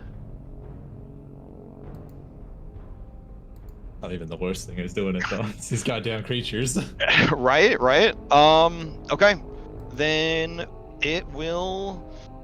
That's its movement. It will pass to, I guess, sympathetic. Sympathetic's gonna run forward. And Guy, you're there. It will attack. Here we go. 1, Do we have 2, any inspirations? We do 3. have 1. Okay. Oh my goodness, what are these dice, bro? Holy shit. Yeah, I got 18 armor class, but it doesn't help here. So I will take it, and This is like reverse troll. still up. Okay. Guy, you have not acted this turn. You can steal. Yeah, guy will take it. Okay. And as he does, he will kind of take an arm and put the blade up to the black spawn, or the Abishai as they're called, throat, and look over the shoulder to Gog, more calm than he should be, and just say, "Ignore my friend. He is filled with rage from seeing so much slaughter. You started this bloodbath in this swamp. Call off your monsters." He smiles at you and says, then you know, if I die, no one can control them. I am not here to kill you. Then take my advice and leave. He squints and says, "Don't you want a chance at life? No? Don't burn yourself down at this place. The Sanguine King does not deserve this." All right, give me a persuasion. And this is to influence, so this will be your action. But this could be very good, could be very bad. See what happens. All right. Okay.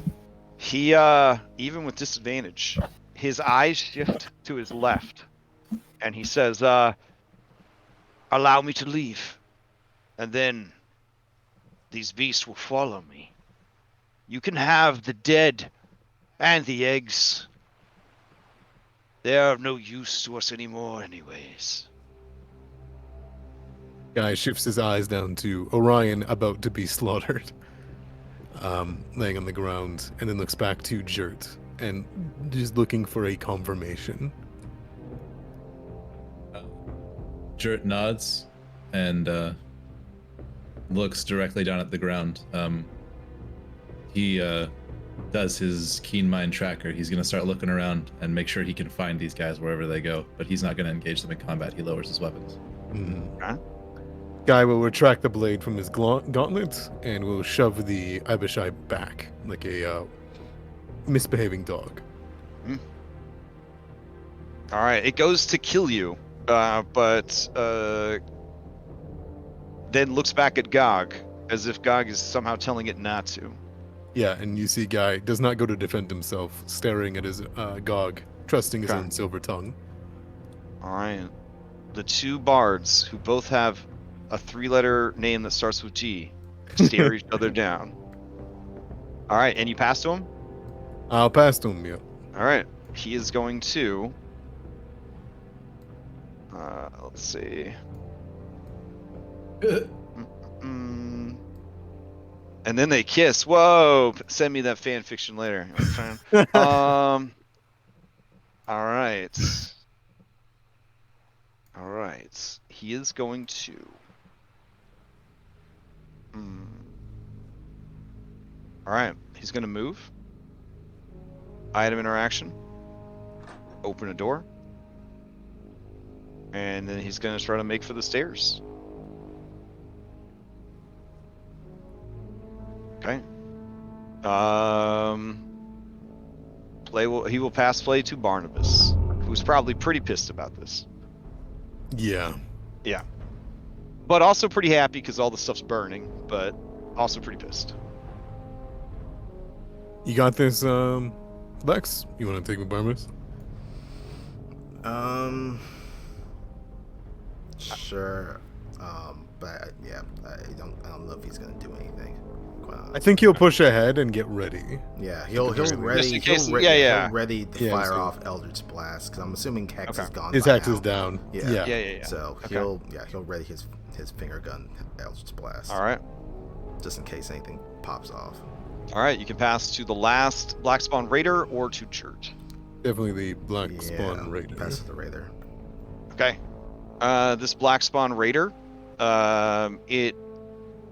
it moves a little bit closer, Guy, and then it's like T-posing for dominance. It just like has both of its arms out with its blades, and it's like leaning forward in like like a werewolf pose, and it's just kind of like breathing real heavy, acid dripping from its mouth. It is just going to ready an action this is not a specific action, so it won't be able to do anything with this held action until like in between turns. So it can't interrupt you guys or anything like that. But it's not sure what to do yet. So it has one action that if something's close, it'll attack. Otherwise, it'll probably move before its turn comes back up. But it's just like an unspecified delay. It's just kind of like, ugh. It will pass to Jert. All right, Jert's gonna walk in.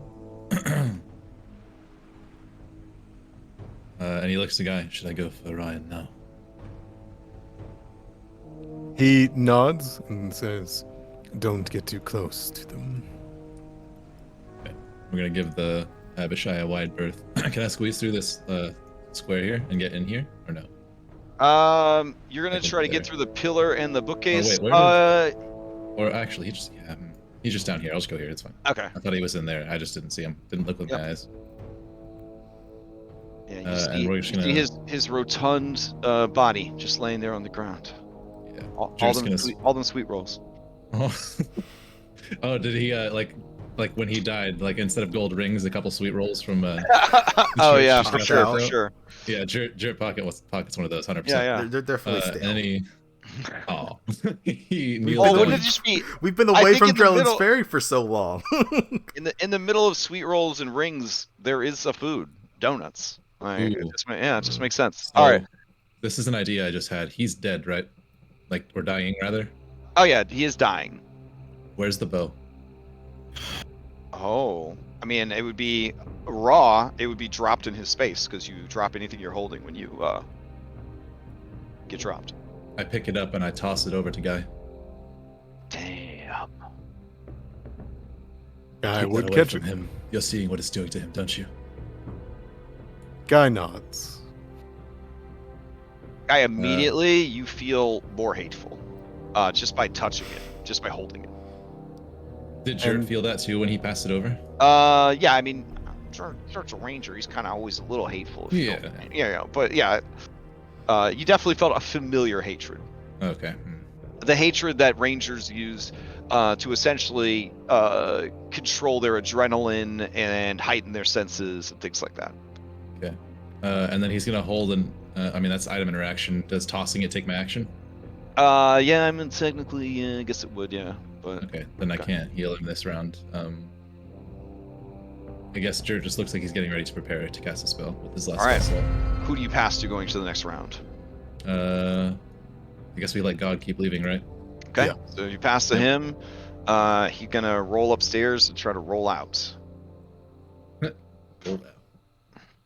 Yeah. Turns into a little motorcycle. Yeah, I was gonna say. So these Abishai all turn into like little rolly balls, and they're out of here. Unfortunately, they all seem to still be there. So whether or not this was a double cross or what, but now Gog's gonna deal with a bunch of giant crocodiles upstairs. Yeah, so that's a whole thing. We can't control them. We can't control the crocodile. Oh, right. But the problem is if the crocodiles kill him, then he loses control of the black spot. So I'm gonna say they're pretty well fed, but they will roll into initiative because I mean, there's a guy. The red guys healed them. They figured that out. So, all right, he will pass to Guy. Guy will sneer at Jert, but he was smiling whenever he got the bow. And his face contorts and changes and says, wouldn't it be easier to knock me unconscious when you took the letter, huh? What a dream. Didn't need to. He will holster it behind him, kind of stringing it over himself, and will stare into this Blackspawn Raider's eyes, and will intimidate it, both of them. It seems to be in sort of an idle animation loop. It's just kind of like breathing heavy and almost like listening to sounds that you cannot hear. All right. Give me, I guess, some mean mugging. It's not Guy's usual thing. Yeah. Let's see. That's pretty good. Some good mean mugging there. All right. I'll go ahead and give it a. Okay. It just sort of stares back at you. You look very intimidating to people around you, for sure. But these creatures seem to be sort of disconnected right now from their emotions. Yeah. Yeah. Guy won't stand his ground and pass it to Dirt. Okay. You still holding the bow in your hands? He's got it. He's slung it on his back. Okay. Then I will cure wounds, Orion. Okay. My last spell slot here. There is 4 hit points for you, buddy. Thank you. All right, Orion, you are awake with 4 hit points. You are at the feet of this pretty black spawn raider. Acid, a lot of acid, apparently, dripping from its muzzle. Claude is behind it, wishing that he was in the Monster Hunter game instead, because this has been a hard time for Claude. Drip puts a hand on Orion's shoulder. Don't engage them. Well, we made a deal. They're leaving. Orion, instinctively you reach for the bow, because I assume that, because I'm not a stickler for the rules, that, when you became conscious, you immediately, item interaction, grabbed the weapon that you dropped. But it ain't there. I mean, but you still know, attuned to the thing. Yeah, Guy has it. Guy stole your bow. He would steal from you while you were dying. Your own ally would steal from you. These are the kind of people that you're surrounding yourself with, I guess. He narrows his eyes, but seeing as how quickly he was dropped, he will disengage and start walking back. I would like to use my reaction to grapple him. To grapple Orion? Does he look like he's walking towards Guy, or is he leaving? What's the intent on his face? Can I roll an insight to see what he's trying to do? Yeah, sure. I'll go with your passive insight. Okay. Your passive insight is pretty Guy. good. Orion, what is your intent? Do you look like you're heading towards Guy, or just look like you're walking away? Well, he's looking like he's heading towards the door, saying as you did confirm to him that we are leaving, that we're ceasing hostilities. However, he is walking towards a Guy to be like, give me my bow, and then we're leaving. Ooh. All right, so you definitely would pick that up. Your passive is high enough that his passive deception, he wouldn't be able to hide his intent. Yeah, but it doesn't seem like he is going to then pull the bow out and start firing. Yeah, he doesn't. He doesn't look violent. He just looks like he wants. Right, I'm not gonna stop him then. I didn't want him to hurt Guy or anything. So if he doesn't look violent, I let him go. I don't stop him. What a fight between a dude with 2 hit points and a dude with 4 hit points. Incredible. Literally the fastest straw. The fastest straw. Okay. Who do you pass to? I'll pass to, I guess Barnabas, who's still holding his action. That's 10 standoff. Who will pass to Layla? Okay. I guess Barnabas is probably saying and definitely thinking. And what if he's lying? What if they attack us? What if as soon as he's a safe distance, he just makes them attack us? Death save for Claude. He has 1 hit point. He will also disengage and just try and slink past these guys, be like, sorry, excuse me. The best you could get is this quarter. Okay. But yeah, and then take like a dodge action, I guess? Yes, you will do that. All right, so then Barnabas passes to Layla after trying to explain to you guys that this is stupid. As soon as he's at safe distance, he's going to make these things attack us. We need to get out of here, or we need to attack them, or we need to get to a fortified, defensible position. All right, Layla. Come on, let's pull back. We can close these doors behind us. And Layla will back up and kind of wait by this door to shut it when people come through. All right. So everyone's through. And then you pass to the black spawns. All right. Yeah. Interestingly enough, or maybe not, surprising to anybody, they do leave. Probably because their boss is like, I'm about to get eaten by some crocodiles. And so rather than betray you guys, he would rather live and have an escort through the swamp. I trusted his words enough. Not Gog's his own. Yeah. So the question here then is, because we're at time, what next? But we'll have to wait 2 weeks to find out. I think we scour the, we collect everything we can from the ruins, count the dead, figure out what happened, if there's any living lizard folk, all that. Well, if we're going Now that off we of have his cleaned it up. words, this whole lower area is just completely torched, so there's probably nothing here. I mean, people make mistakes. People are That's in a true. rush. Yeah, I mean, oh, Or at least from the damn. very center where those eggs were stored. Does it look like there's anything? Because we were at least looking into that room. Does it seem like any of those eggs? So the shelves in that room when you were in there earlier, it looks like everything on those shelves is just ruined, rotten, mold covered. But the two rooms that you saw that were scorched, that were burned, like that was where there was some clean and useful stuff. But it seems that rather than let that fall into the hands of the enemy, the orders that he had was to torch anything that might be useful to the enemy. Makes sense. Luckily, we took the important shit. Right. You guys already On the grabbed, way through. you already grabbed the stuff that they were actively working on and everything. But not 100% knowing everything, dude just had to scorched earth do it. So, all right. So we leave off with a very tense end. You have captured Bloodlord Saarvith. Warsinger Gog is retreating. The lizard folk look like they got massacred. So you have to figure out what's going on with that. Or not. But overall, the bloody business of Wrathkeep, or not Wrathkeep, excuse me, of the Ruins of Rest is kind of winding itself down. All right. So we'll figure out what else happens here. There are additional forts within the Black Fens. It's really about what you guys want to do with your time and how best your time can be spent. Because as was established, I think a couple times so far in the campaign, you guys could hunt these dudes forever. Like they have small camps and bases all over the place. If that was your intent. And I would run that because that is completely fine if that is what you want to do.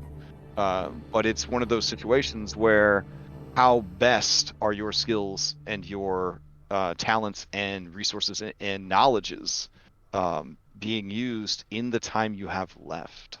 I mean, I see the cover of that old adventure. I hear they're going to Brindle. I want to see a 6v300.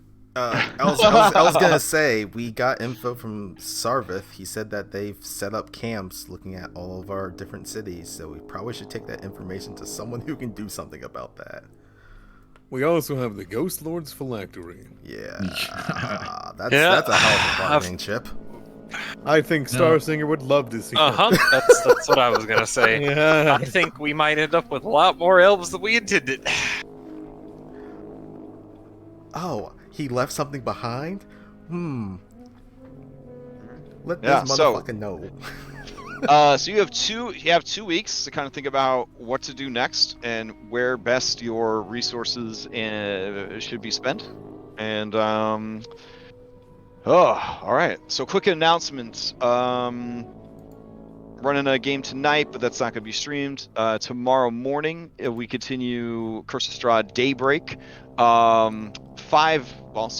10 normal-ass people are trying to deal with some supernatural shit that just started to go down. And it's going, honestly, about as well as I would assume that sort of thing would go. We got broken body parts, internal bleeding, torn muscles. It's a fiasco.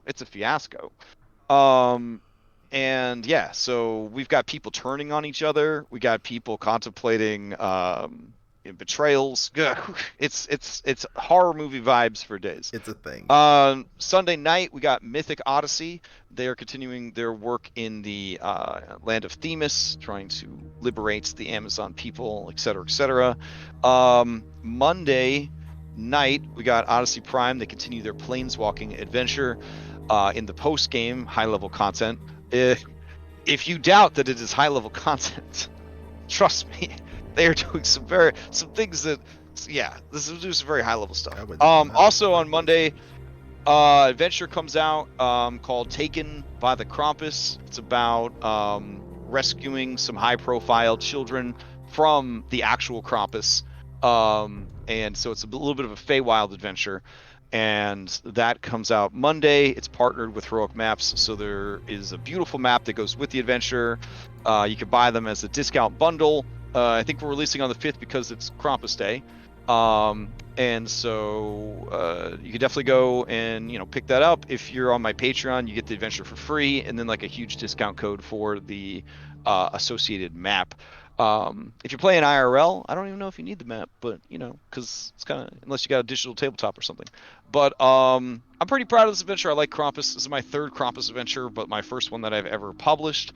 So I think it's gonna be a lot of fun. Nice little holiday one shot or side quest kind of thing. If your main group wanted to maybe do something over the holidays.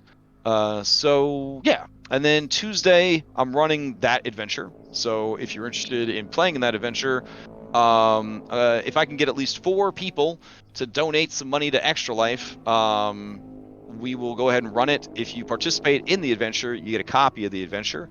So, I mean, that's kind of cool.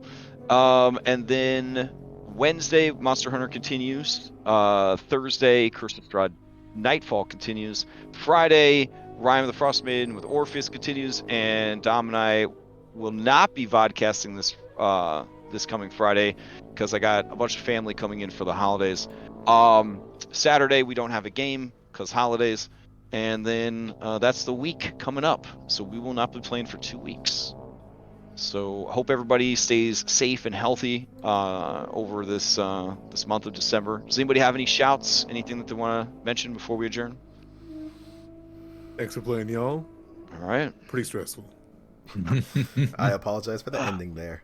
It's it was all perfectly- good. That was not. the way I see it, like he's been on edge and hateful because of the bow. Like Jert figures that's what made him do it. Oh, I was not intending it that at all. I just saw a guy going into the room and it was like, okay, he needs some backup. Claude goes into the room as well, not realizing that was going to kick off hostilities. Well, and honestly, sometimes it's those innocent, innocuous things that cause the tension to break. Yeah. You know what I'm saying? People are having a Mexican standoff with the guns, and then the phone rings. Yeah. And then the one guy gets nervous and starts shooting, and they all start shooting. The important thing is everyone's still alive, and for the most part, this arc is over. You have the resources to track this guy down if it's worth your time to do so, and the ball is kind of in your guys' court of what to do next. But real talk, guy, I would like my bow back. Real talk, I'd like my letter back. Oh, well, you got 2 weeks to sort it all out. So hope everybody enjoys Now we have the a day, Mexican standoff. and I'll see you guys around this. Thanks for See ya. running. All right. Thanks, Crash. Yep.